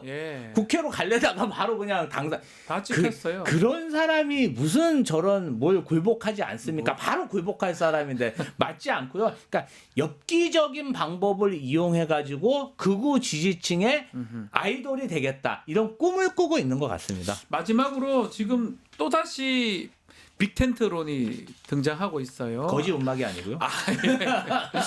이재명 전 대표가 가장 좀 세다 보니까 아마 대세 후보가 되니까 이런 흐름들이 있는 것 같은데 아마 다 모아가지고 보수 또 진보 제3지대 연대 가능성 그것도 한번 짚어주시죠. 진짜 누가 그렇게 평가하는데 텐트에 기둥도 못 세울 거다. 바람에 날아갈 거다 하는데 대단히 나쁜 정치라고 저는 생각해요. 누구가 안 되게 하는 정치는 특히 대선에서는 말도 되지 않는 거예요.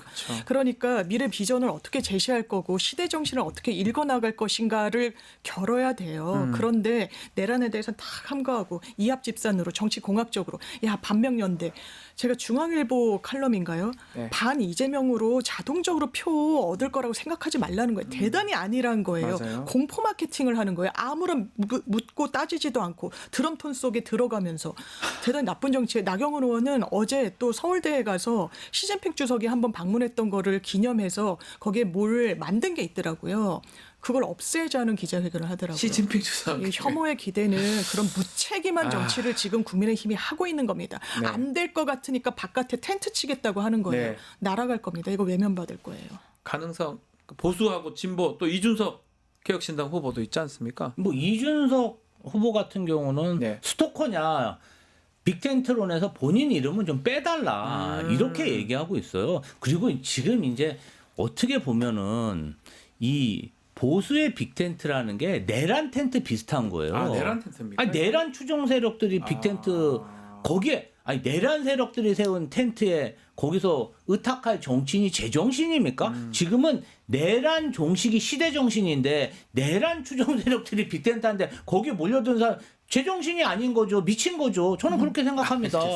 오늘도 되게 세십니다. 거지 음악, 동네 땡땡땡 미친 거다. 진짜 제정신이면 그러한 정치 세력에 의탁할 수 있겠어요? 아니 보세요. 김문소 광화문에다가 지금 박정희 동상을 세우겠다는 이게 제정신입니까? 저는 그거 보고 국민의힘을 망하게 하려고 저러나? 이런 생각이 들더라고요. 알겠습니다. 자, 오늘 이슈 합은 여기서 마무리를 해야 될 것 같습니다. 두 분 말씀 감사합니다. 고맙습니다. 감사합니다. 뉴스토마토 구독자 이벤트 소개해드리겠습니다. 실시간 채팅창 참여하시면 매일매일 2,000 통통 쿠폰 지급해드리고 있습니다. 2,000원 상당의 할인 쿠폰입니다.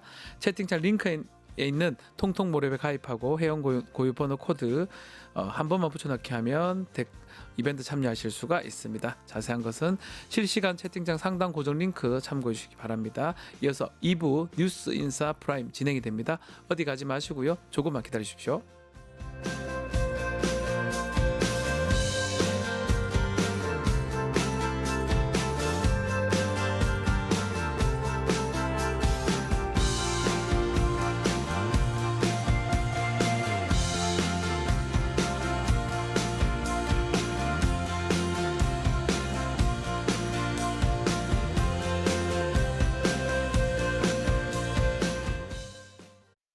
유튜브 구독하고 실시간 채팅과 댓글을 남기시면 매일매일 7,000TTCO를 드립니다.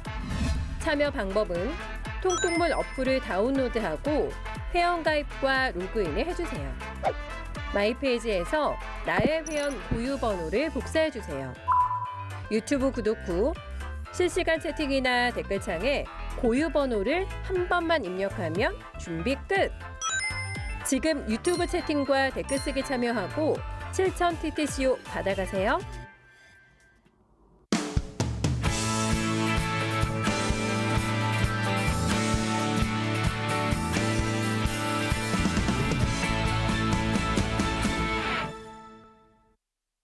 한 발 더 들어가는 고품격 시사대담 뉴스 인사 프라임 시작해 보겠습니다. 심우정 검찰총장 자녀 특혜 채용 의혹 아직까지 풀리고 있지 않는 상황입니다. 관련해서 진상조사단장 맡고 계시는 한정혜 더불어민주당 의원과 이야기 나눠보겠습니다. 의원님 안녕하십니까? 안녕하세요. 네. 반갑습니다. 자, 심우정 검찰총장 자녀 특혜 채용 비리 진상조사단장 네. 지금 맡고 계시는 거죠? 맡고 있습니다. 원래 이 비리 내용을 우리 의원님께서 가장 먼저 제보받고 파악을 하신 겁니까? 네, 제보를 통해서 시작을 한 거고요. 예. 3월 달에 저희 의원실로 제보가 들어왔는데 네. 이제 제보의 뭐 그냥 좀 두리뭉실하게 들어왔어요. 뭐냐면 국립외교원하고 예. 외교부 채용 과정에서 현직 검찰총장의 딸이 해당이 되는 것 같은데 그 과정이 굉장히 좀 불공정하고 합리적이지 않았던 것 같다. 그러니까 뭔가 채용의 불공정성이 있다라고 하는 의혹이 있으니 그걸 좀 조사를 해봐 주십시오라고 하는 밝혀달라라고 하는 제보였었습니다. 자, 왔는데 하나하나 따져보니까 이거 좀 심각하다 이렇게 판단하셨던 거네요. 그렇죠. 그래서 제보가 그냥 아마 이런 게 올 때 그렇죠. 그냥 오지는 않을 거다라는 생각을 했었고 그리고 그때 이제 그 인터넷 사이트에 그 심 총장 딸이 올렸던 뭐 인스타에 올렸던 이런 맞습니다. 것들이 잠깐 돌기도 했었어요. 예. 그래서 이거는 그러면 실체가 완전히 없는 얘기는 아니겠다. 아하. 그렇게 해서 이걸 좀 파봐야 되겠다라고 해서 저희가 이제 자료 조사를 좀 하고 그리고 우리 스스로가 이제 의원실에서 채용 공고 났던 거 뭐 이런 것들을 쭉 해봤는데 안 맞는 게 있는 거예요. 안 맞는 걸 발견하셨군요. 그렇죠. 그래서 저희가 이제 뭐 외교부에서 받은 또는 국립외교원으로서부터 자료 요구를 해서 받은 걸 가지고 처음에 의혹 제기를 한 건 아니고 네. 저희 방에서 파악했던 내용 누가 봐도 공고의 내용과 맞지 않은 상태로 되어 있는 걸 가지고 처음에 이제 의혹 제기를 했었었고 외교부가 그에 대한 답변을 못하는 거를 보고 이상하다.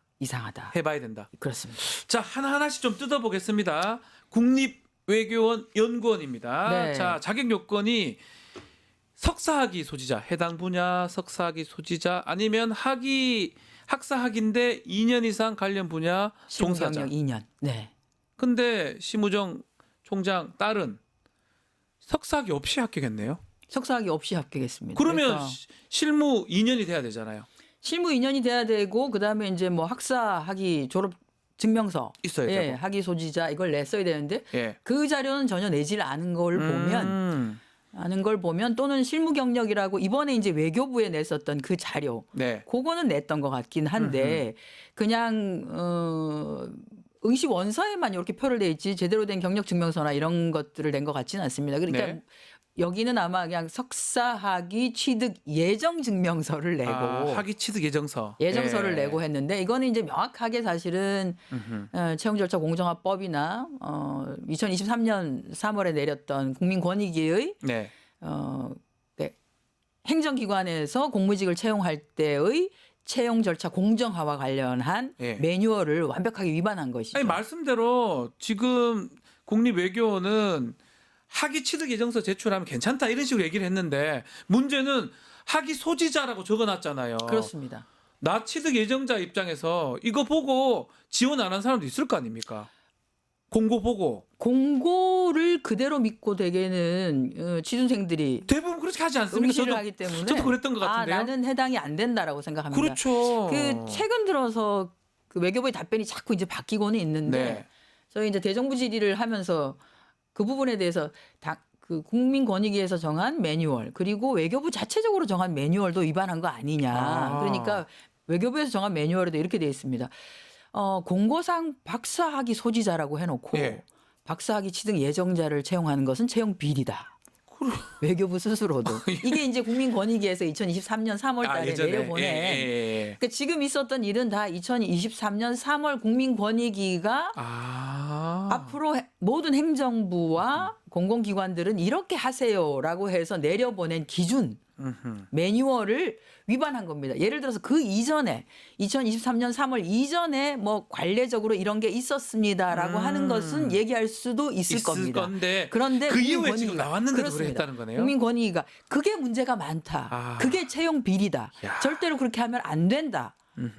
그래서 바꿔라라고 해서 내려보낸 거고 그 이후에 이루어진 일에 대해서는 이건 뭐 완벽한 채용 비리라고 밖에 할 수 없죠. 또 하나 눈에 띄는 게 적격자가 없어서 전공 분야 변경했다는 얘기가 있는데 그러니까 전공 바꾸기 전에 저기 보도 또 조사했던 것 따르면 합격자가 있었는데 한국어가 능통하지 않아서 불합격시키고 그 심 총장의 그 딸을 그 사람한테 맞는 분야로 변경을 했습니다. 맞춤형 채용. 맞춤형 바꾸기 아닙니까? 네. 그 뭐 이제 이건 이제 외교원 네. 내 있었던 일은 2024년 네. 일이고요. 올해 있었던 일이죠. 얼마 되지 않았습니다. 2025년에 이제 외교부에서 채용 공고를 내는데 경제 분야 석사학위 소지자로 네. 채용 공고를 냅니다. 그리고 실무 경력 2년 이상인 사람. 그랬는데 뭐 채용 공고를 쭉 진행을 해서 최종적으로 면접까지 갔던 분이 한 분이 계셨습니다. 네. 그런데 이제 면접 과정에서 좀 석연치 않은 이유죠. 왜냐하면 한국말이 서투르다 뭐 이런 얘기를 하는. 그분이 외국인은 아니죠? 아닙니다. 한국에서 출생해서 한국에서 경제학 석사까지를 받고 또 영어 쪽에는 오히려 능통한 뭐 이런 한국말이 분이죠. 서투르다는 게 뭐 그게 전 납득이 안 되거든요. 어떻게 한국말이 사투리 쓰는 거기서 그거는 서툴다고 할 수는 없는 그러니까 거죠. 이게 납득할 수 있는 내용이 아니지 않습니까? 납득할 수 없는 이유를 대고 어쨌든 불합격 처리를 해버리고 다시 재공고를 내면서는 예. 경제학 석사가 아닌 아하. 국제정치 분야의 석사학위 소지자. 심우정 총장 딸 전공하고 맞는. 그렇습니다. 심우정 총장 딸이 이제 국제협력이라고 네. 국제정치 분야에 들어가는 분야를 전공을 했죠. 그래서 이것은 맞춤형으로 공고를 재공고를 한 것이다. 누구를 위한 공고다. 근데 이런 일이 많이 있었다고 또 외교부는 주장을 하더라고요. 많이 그래서 있었다고요? 한번 내봐라 많이 예. 있었다는 거 했더니 예. 없었습니다. 없죠. 예, 그러니까 말이 뭐 되나? 사례가 있다라고 갖고 온 게 이런 거였습니다. 예를 들어서 기계 설비를 다루는 사람을 채용을 해야 되는데 네. 처음에는 해당되는 기계 설비 분야의 자격증을 가진 사람 이렇게 했다가 예. 그냥 자격증만 있으면 실무 경력이 없으면 와서 바로 일을 해야 되는데 문제가 생길 수 있지 않냐. 기계라고 하는 것은. 네. 그러니까 그러지 말고 실무 경력을 2년 이상 정도 있는 사람으로 하자라고 해서 해당 분야이되 경력이 조금 필요합니다. 그런 건 가능하죠. 이건 가능하죠. 근데 그건 이거는 그게 가능하죠. 아니라 반대잖아요. 경제학에서 국제 정치 국제로 분야로 바꾸고. 아예 전공을 바꿔버린 분야는 정말 전무후무하게 심우정 총장 딸이 그러다 보니까 의원님께서는 이 자녀 합격에 박장호 외교정보기획국장이네요. 네네. 이 사람의 개입을 의심하시는 거네요. 일단 외교정보기획국에서 필요로 하는 사람이었고요. 1차에서 그러니까 경제학 석사 분야를 진행을 했을 때 네. 이게 본인이 직접 어쨌든 면접 과정에 들어가서 다른 면접위원들도 있었겠죠. 외부위원들이. 예. 근데 이제 그 외부위원이라고 하는 분들이 대개는 외교부와 관련을 맺고 하는 학계 출신 인사들일 경우가 많습니다. 예. 저희가 이제 그 명단도 내라고 하는데 뭐 자료를 내놓고 있지는 않습니다만 그렇다고 하면 특히나 이제 국장이 들어와서 같이 면접을 진행하면 국장 의사가 너무너무 중요한 거죠. 그런 거 아닙니까? 당연히. 내가 저 사람하고 일을 못하겠어요라고 막 안 되는 꼬신 거니까요. 거잖아요. 그래서 상식적으로. 예. 실질적으로 그 해당자를 불합격 처리하는데 뭐 주도적인 역할을 했을 것이라고 하는 의혹이 있고요. 그리고는 전공 분야를 바꿔서 다시 채용 공고를 내게 했는데 대개는 나중에 이제 뭐 외교부의 핑계 변명을 들어보면 경제 분야로 계속 공고를 했을 때는 사람이 오지 않을 것 같아서 국제 정치 분야로 바꿨다라고 하는데 이런 경우가 외교부를 뿐 아니라 모든 부처에서 왕왕 있습니다. 사람들이 많이 오지 않는다. 네. 그게 왜냐하면 연초의 경우에는 이 취준생들이 여러 분야에 이렇게 어플라이를 하는 경우가 많아서 그렇죠. 조금은 관심 받게 될 수도 있겠죠. 그렇기 때문에 그럴 경우에는 재공고를 해서 기한을 연장하고 또 기한을 연장하고 하는 그러니까 기한 연장을 뭐 3번에 걸쳐서 연장하는 사례도 있습니다. 그런데 이 건의 경우에는 기한 연장이라고 하는 방법 누구나가 사용하고 대부분의 기관에서 그렇게 사용하고 외교부도 늘 그렇게 해왔던 방식을 네. 쓰지 아니하고 전공을 바꿔. 특혜에 가깝다 이렇게 보시는 거군요. 특혜죠. 특혜다. 왜냐하면 외교부 역사에 이런 일이 없었거든요. 없었으니까. 예, 앞으로도 아마 없겠죠. 또 이제 무급 인턴 또 연구 활동 35개월 실무 경력으로 네. 부풀렸다. 이거 관련해서 조태열 장관이 과거 선례에 따랐다. 그리고 서울대학교에서 경력증명서 받았다. 등등으로 답변을 했는데 이것도 맞는 겁니까? 어떻게 보십니까? 그 과거 선례, 네. 그다음에 서울대 이 핑계를 대는데 과거 선례는 언제 깨지냐 하면 2023년 3월 국민권익위원회의 그거 예. 채용 매뉴얼. 예. 경력을 잘못 산정해서 비리가 많다. 아하. 이렇게 문제가 많으니 절대로 그렇게 하지 말아라 라고 하는 것. 그래서 네. 2023년 3월 이전과 이후에는 외교부가 이런 핑계를 댈 수 없습니다. 과거의 선례 그게 문제였기 때문에 바꾸라고 했던 것이기 네네네. 때문에요. 이것은 피해갈 수 없는 채용 비위에 속하는 것이고 또 하나 서울대에서 경력증명서를 그렇게 떼줬다라고 하는데요. 서울대에서 떼준 경력증명서를 검증하는 역할은 외교부가 해야 되는 겁니다. 그렇죠. 정말로 그게 실무 경력인지 서울대에서 실무 경력이라고 답변해 주진 않았습니다.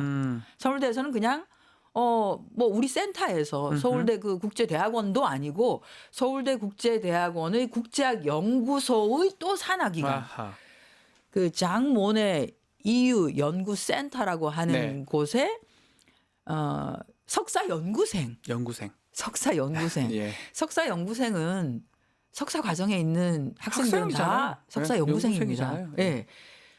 무슨 급여를 받은 것도 아니고 네. 하기 때문에 실무 경력이라고 그러니까 실무 경력이라고 인정해서 떼주지 않았습니다. 이 사람이 장모네 연구센터에서 이렇게 있었던 것은 사실입니다. 네. 라고 하는 사실관계 그 확인을 떼준 정도면 것이죠. 채용하는 외교부에서 더 확인해 봐야 된다는 거잖아요. 확인을 해야 됩니다. 이 맞는지 경력이 그게. 실질 경력인지. 예. 또 하나가 그 경력을 그래서 경력 증명서에만 의존하지 말아라고 하고 있습니다. 외교부가 자체적으로 만든 매뉴얼에도 그렇게 되어 있습니다. 네. 확인을 해라. 어떻게? 이중으로 무엇으로? 4대 보험 가입 증명. 그거이거나 또는 소득 증명원을 네. 확보를 해서 실제로 실무 경력으로 인정할 수 있는 범위인지를 확인하라고 되어 있습니다. 그거를 이게 확인해야 되는데 안 했군요. 실무 경력의 인정 여부는 예. 국민권익위 자료에 따르면 월급을 받았는지 급여를 받았는지를 가지고 사실 따져라고 간단하지 해요. 않습니까? 간단합니다. 예. 경력이 왜냐하면 그냥 하는 게 뭔 경력입니까? 경험과 경력은 예. 일을 시켰으면 돈을 안 줄 수가 없다. 급여를 네. 안 줄 수가 없다. 그러니까 일, 경력에 해당된다면 그것은 급여를 받은 맞습니다. 증빙이 있을 것이다. 그게 아닌 것은 경험인 경우가 많다. 그러니까 그렇죠. 그것은 엄밀히 말하면 경력으로 볼 수 왜 없으니 지금 댓글 나오는데 그렇죠. 초등학교, 중학교 봉사활동 다 경력으로 넣죠 그러면 그렇습니다. 그건 그렇게 안 될 수 되는 있죠. 거잖아요. 그리고 누가 보더라도 둘 중에 하나는 거짓이 되는 거죠. 네. 왜냐하면 석사 학위를 받기 위해서 학교에 재학 중이었는데 경력이 있다고요? 그러면 안 되는 거죠. 사기가 거짓인 건가요? 그럼 뭐 학교로 풀타임을 안 했다는 안 했다는 건가요? 거잖아요. 그래서 뭔가는 하나를 의심을 해서 그것을 조사하기 위한 네. 조치를 해야 되는데 그것을 하지 않았다. 이것은 외교부가 자꾸 관례 얘기하고 하는데 그 관례라고 하는 것은 다시 한번 말씀드리지만 그렇게 문제가 많았기 깨졌다. 때문에 그렇게 하면 채용 비리다라고 예. 하는 기준을 만들어준 2023년 3월 권익위 기준. 예. 2023년 3월이면 예. 윤석열 정부에서의 일입니다. 네. 자, 대정부 질문 있었습니다. 심 총장 자녀 특혜 의혹 질문이 이어졌는데 이것도 충격입니다.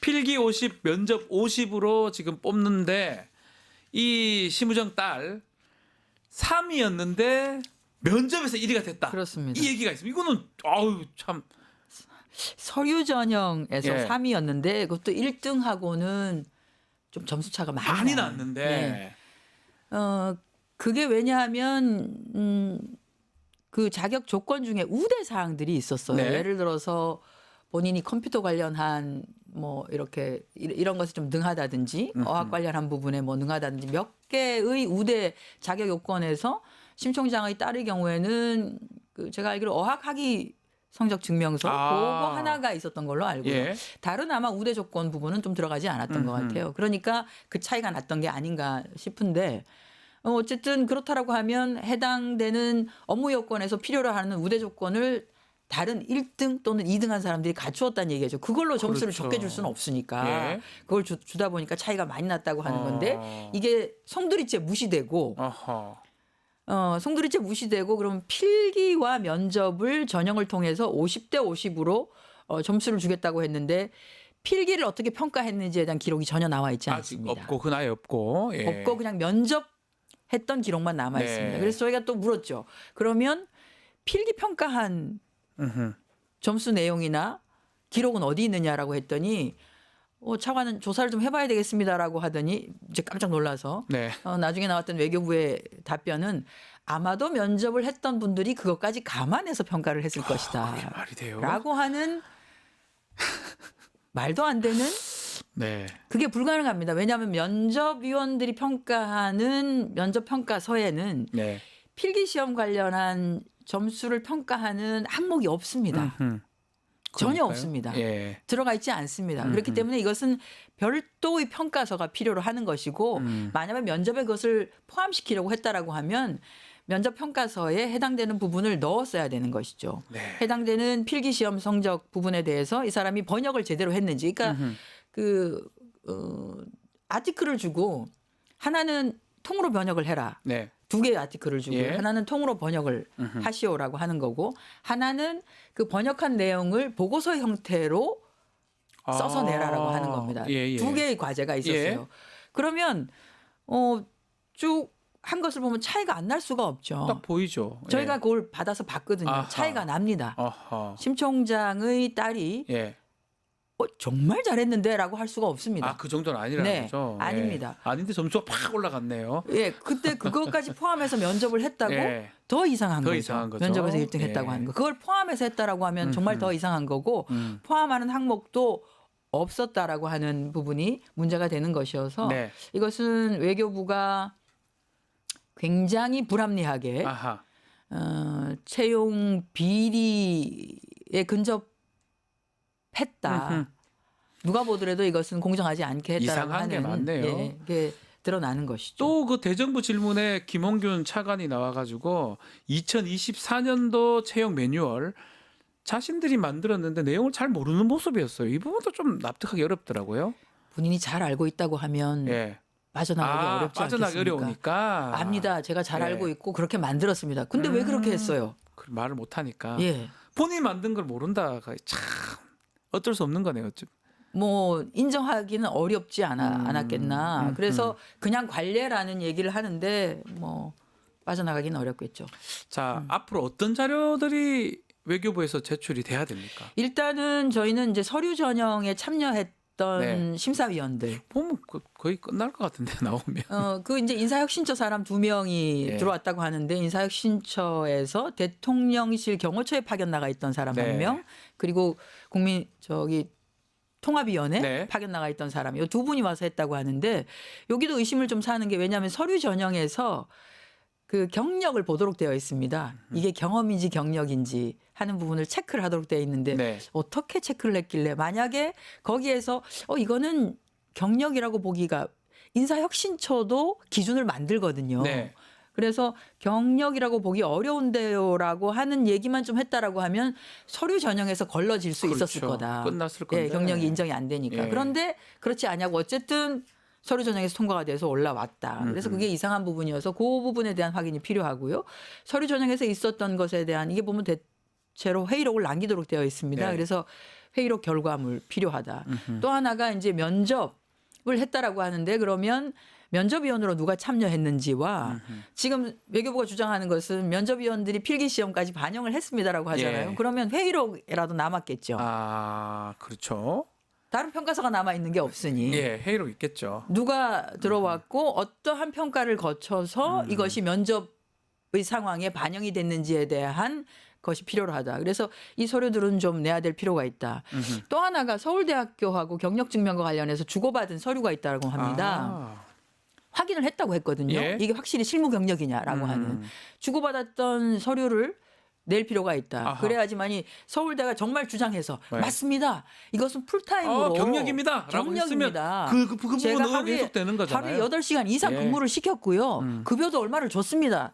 라고 하는 게 된다라고 하면 그런 주고받은 서류가 있다면 저희가 인정 안 할 수가 없겠죠. 그렇죠. 그래서 그런 것들을 내야 할 것이다라는 생각을 하고요.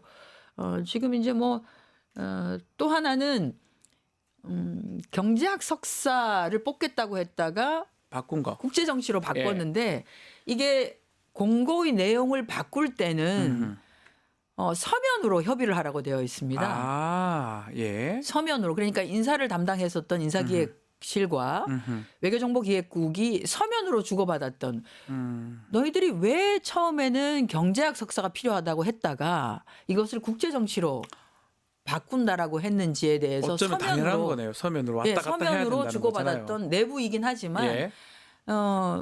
이것도 서면으로 협의를 하라고 되어 있기 때문에 서면으로 협의한 내용을 내라라고 했는데 지금 서류는 전혀 내고 있지 않습니다. 자, 지금 이 사건 보면 일명 조국 사건 떠오르지 않을 수 없어요. 많은 분들 떠오를 것 같은데 가장 최근에 있었던 큰 사건이기 때문에 네. 예. 보도량을 제가 좀 찾아봤거든요. 네. 9일치인데요. 조국 자녀 이제 조민 씨죠. 5천 건이 넘습니다. 근데 심우정 딸은 255건밖에 안 돼요. 약 23배 차이가 나거든요. 이런 거는 참 문제 아닙니까? 더 심각한 것 같은데 심우정 딸 부분이 너무 심각하고요. 예. 또 하나는 그 이제 9.17을 비교를 하셨습니다만 네. 조국 전 장관의 딸의 실명이 그러니까요. 지금 저도 말을 했지만 보도된 다 보도되고 네, 집 앞에 했는데 가서 지금 아직도 심 총장의 딸의 실명이 보도된 기사는 아직 없습니다. 저희도 그래서 말 안 하고 심우정 딸이라고 자꾸 얘기를 하고 있는데. 심우정 딸이라고 하는 이유는 예. 저희가 이제 그렇게 하는 이유는 왜냐하면 현직 검찰총장이 달려 있는 것이고 현직 검찰총장이라고 하는 자리는 사회적 지위 이런 것들이 무시할 수 없는 지위에 있는 사람이다. 네. 그래서 직간접적으로 채용과 관련해서 어떠한 방식이든지 영향을 미쳤다라고 하면 이것은 권력형 비리에 속하기 때문에 현직 검찰총장의 이름을 계속 언급을 하고 있습니다만 정작 이 심 총장의 딸은 실질적으로는 업무방해에 해당되는 거 아닙니까? 그렇죠. 왜냐하면 본인이 자격이 되지 않는데 일단 그렇죠. 어플라이를 해가지고 위계 실질적으로 업무방해 아니면 공무집행 방해죄가 실질적으로는 되겠죠? 다른 사람이 채용됐을 수 있는 자리를 본인이 뺏어 들어가거나 맞습니다. 예. 또는 경력이 아닌 것을 경력이라고 체크를 해서 오히려 혼선을 일으키거나 하는 방식으로 했기 때문에 업무방해도 속하고 하기 때문에 사실 이거를 제대로 조사를 해보다 네. 보면 저는 분명히 피의 선상에 오를 가능성이 굉장히 크다. 심우정 총장도 부모가 총장도 같이 그렇고 했다 그러면 그렇습니다. 공범이 되는 그 사실은 이게 조국 사건이 그대로 다 보여줬어요. 외국 대학교에 조국 그 자녀 아들인가요? 그거 시험 치는 거 옆에 도와줬다고 업무방해죄로 그 기소되고 다 됐거든요. 사실은 똑같은 내용 아닙니까? 똑같습니다. 사실은. 또 이제 조 전 장관 딸의 장학금 문제나 그러니까요. 또는 표창장 이런 문제는 사실 당시 이제 조국 장관이 오히려 그냥 대학교 교수 민간인의 신분이었을 때고요. 그러니까 아닌데도 그랬는데 예. 난리 났는데 난리였는데 지금은 현직 심 총장이 법무부 차관이거나 예. 차관 재직 차관에 있을 시절이었거나 때거나, 그게 아니면 예. 현직 검찰총장의 자리에 그러니까요. 있었던 완전히 그 부모의 신분 자체가 다른 시기에 지금 진행된 일이다. 그런데도 세상이 너무 조용한 것 같지 않습니까? 그래서 언론 보도도 좀 적고. 네. 자, 진상조사단 지금 고발했습니까? 공수처에 지금 배당이 된 것 같은데. 공수처에서 진상 조사를 실시하고 있는 예. 것은 이제 배당은 됐고요. 공수처 이제 수사 3부에 배당이 되었는데 저희가 지난 11일 날 사실 진상 조사단에서 네. 공수처를 항의 방문을 했습니다. 왜 제대로 빨리 수사를 하지 안 하냐. 않느냐. 라고 했더니 어렵지는 이제 않은 것 같은데. 수사 인력의 어려움을 얘기는 하긴 합니다. 사람이 적어서 그렇다. 예, 그건 예. 이제 뭐 아시겠지만 윤석열 정부 들어서서 공수처를 죽이기 위해서 굉장히 검사 한 노력을 많이 8명 임명하지 했고요. 않았더라고요. 많은 예, 수를. 그래서 예. 지금 지난해 9월부터 계속 공수처에서 사람을 채용을 해달라라고 추천을 해서 올렸는데 해주지 않고 있고 네. 지금 현재 한덕수 대행도 그 7명에 대해서 네. 그거는 또 임명을 하고 있지 않습니다. 예, 또 임명 안 합니다. 저희 공수처에서 이완규하고는 뭐 잘 임명하지만. 예, 공수처에서 추천위를 통해 가지고 7명을 올렸는데 그거는 하고 있지 않습니다. 하고 있지 않아서 그래서 이제 인력난에 좀 처해 있긴 합니다만 그래도 지난 11일 저희가 항의 방문하고 난 뒤에는 일단 외교부에 자료를 좀 내라라고 해서 수사를 시작한 것 같습니다. 그런데 이제 요거는 시민단체에서 고발을 해서 진행을 하는 것이고요. 저희가 지금 이제 지금까지 확인되었던 쭉 내용들을 네. 정리를 해서 저희 더불어민주당 심우정 총장 자녀 특혜 채용 비리 관련한 진상 조사했던 것, 요 채용 비리 관련한 사항, 네. 거기에다가 그 장학금 관련한 사항, 그 아들에 해당되는 네. 거죠. 그리고 또 하나는 이제 또 딸이 햇살론 하고 햇살론 요 받은 받았죠? 게 있습니다. 대출 받은 거. 예, 이런 예. 것들이 다 사실은 업무 방해에 속하기도 하고 아들에게 주어진 장학금의 경우에는 뭐 뇌물죄일 수도 있고 네. 뭐 이런 아니 그건 뭐 우리 참 멀리 볼 게 없는 게 청탁금지법에 해당될 그냥 수도 있고 조국 사건 보면 다 그대로 나와 있어요. 그렇습니다. 다. 이게 이제 2017년에 있었던 일이고 이거를 뭐 문과생들도 받은 사례들이 있습니다라고 하는데 장학금의 종류에 문과생들에게 주는 장학금과 이과생들에게 주는 장학금이 있고요. 네. 금액이 차이가 납니다. 그러니까요. 문과생들에게는 300만 원, 이과생들에게는 연간 500만 원 이렇게 더 많이 줬는데 줬어요. 일종의 특혜인 거죠. 문과생인데 돈을 더 많이 주고 싶었던 것이죠. 그러니까 넘어갈 네. 수도 있지만 조국 사건 다 그래 했잖아요.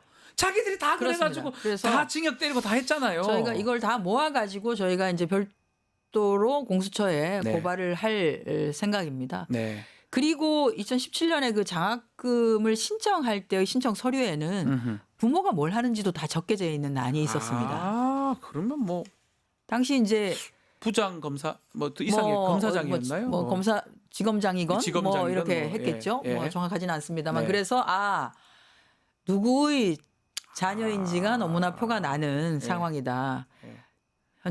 현직의 검사라는 사실은 드러날 수밖에 없었지 드러날 수밖에 않았나라고 없죠. 하는 생각은 듭니다. 그래서 이거 뭐 그 이후에는 이게 이제 제도가 바뀌어서 부모의 직업이나 이런 것들을 적지 않게끔 서류는 바뀐 것으로 저희가 알고 있는데 그런 의혹들도 어쨌든 있다. 그래서 네.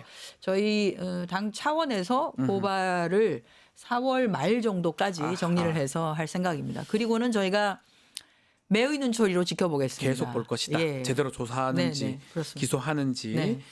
자, 결국은 문제되는 게 뭐 본인도 본인이지만 부모가 지금 연관성이 있냐 이 부분까지 그렇습니다. 조사가 돼야 되겠죠. 예. 왜냐하면 조국 사건이 딱 그대로거든요. 자, 마지막으로 지난 10일에 기후 특위가 출범했는데 예. 자, 의원님이 위원장 맡으셨어요. 위원회장이라고 하죠. 각오나 뭐 말씀 마지막으로 좀 부탁드리겠습니다. 네, 저희 이제 국회에서 특별위원회라고 기후특별위원회, 기후위기 네. 특별위원회를 구성을 했는데요. 사실 기후 위기라고 하는 게 최근에 있었던 저희 뭐 대형 산불도 있었고 네. 또 지난주에는 뭐 갑자기 한파가 닥쳐서 마침 눈이 막 내렸어요. 그래서 지금 봄나물 뭐 봄에 생산되는 여러 농작물들이 예. 냉해 피해를 엄청나게 입기도 했는데 이런 피해 이게 이제 앞으로는 우리가 기후 위기에 제대로 대응하지 않으면 이런 재난이 일상화가 될 수가 있다. 그리고 우리 미래 세대에게는 거의 매일매일이 재난과 싸워야 되는 상황이 될 수 있다. 그렇다고 네. 하면 사실 지금 일어나고 있는 이 일들은 우리가 그동안 너무나 많은 뭐 화석 연료를 물론 그것 때문에 우리가 사는 것이 조금 더 풍요로워지기도 그렇죠. 하고 좋아지긴 했습니다만 실제로는 지속 가능하지 않은 대한민국, 지속 가능하지 않은 미래를 물려주게 되는 거 아니겠냐. 그래서 조금은 기성세대로서 책임감을 가지고 뭔가 대비를 해야 된다는 차원에서 굉장히 같이 해주시는 의원님들께서 책임감을 가지시고 함께 해주고 계십니다. 그래서 2050년 탄소 중립을 향해서 또 1.5도시라고 하는 우리가 뭐 기후 시계라고 하죠. 예. 1.5도를 넘기지 않게 하기 위해서 우리가 견뎌낼 수 있는 인고할 수 있는 것들이 어느 정도가 있는지 최대한 우리가 어쨌든 노력을 해서 미래 세대에게 그나마 견뎌낼 수 있는 지구를 물려줄 수 있는 방법이 있는지에 대해서 고민해서 성과를 좀 내겠다 이런 매우 생각이 중요한 있습니다. 위원회가 참 또 눈에는 크게 또 안 띄어요. 뭐 정치 대선 이런 게 있어서 그런데 사실은 너무 중요한 위원회 너무 아닙니까? 중요합니다. 너무 저는 중요한데, 지금 이제 사실은. 대선 후보들이 뭐 워낙 정치적인 네. 상황들이 많기 때문에 그렇습니다만 누가 대선 후보가 된다 하더라도 결국 기후 위기에 맞습니다. 당신의 예. 어떤 역할을 하고 어떻게 헤쳐나가고 어떤 방식으로 국가를 개조할 것인지에 대한 얘기를 할 수밖에 없을 것이다. 네. 라는 생각이 들고요. 그런 그 걸음에 저희가 잘 맞춰서 성과를 내도록 최선을 다하겠습니다. 알겠습니다. 자, 오늘 말씀은 여기까지 듣겠습니다. 지금까지 한정혜 더불어민주당 의원과 말씀 나눴습니다. 감사합니다. 네, 고맙습니다. 자, 내일 방송 짧게 소개해드리겠습니다. 김용남 의원의 용가라 사대 이슈 삼합 쇼미더민심 준비되어 있습니다. 내일도 많은 시청 부탁드리고요. 저는 내일 아침에 다시 찾아오겠습니다. 감사합니다.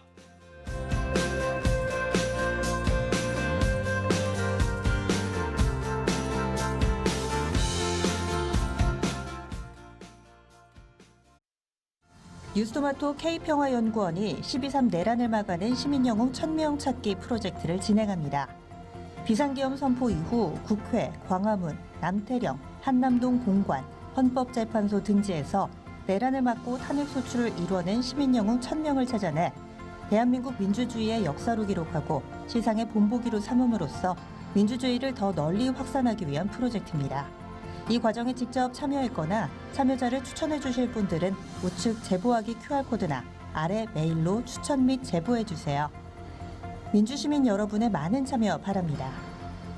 뉴스토마토 K평화연구원과 함께 해주실 분들의 추천 제보 및 후원을 기다립니다.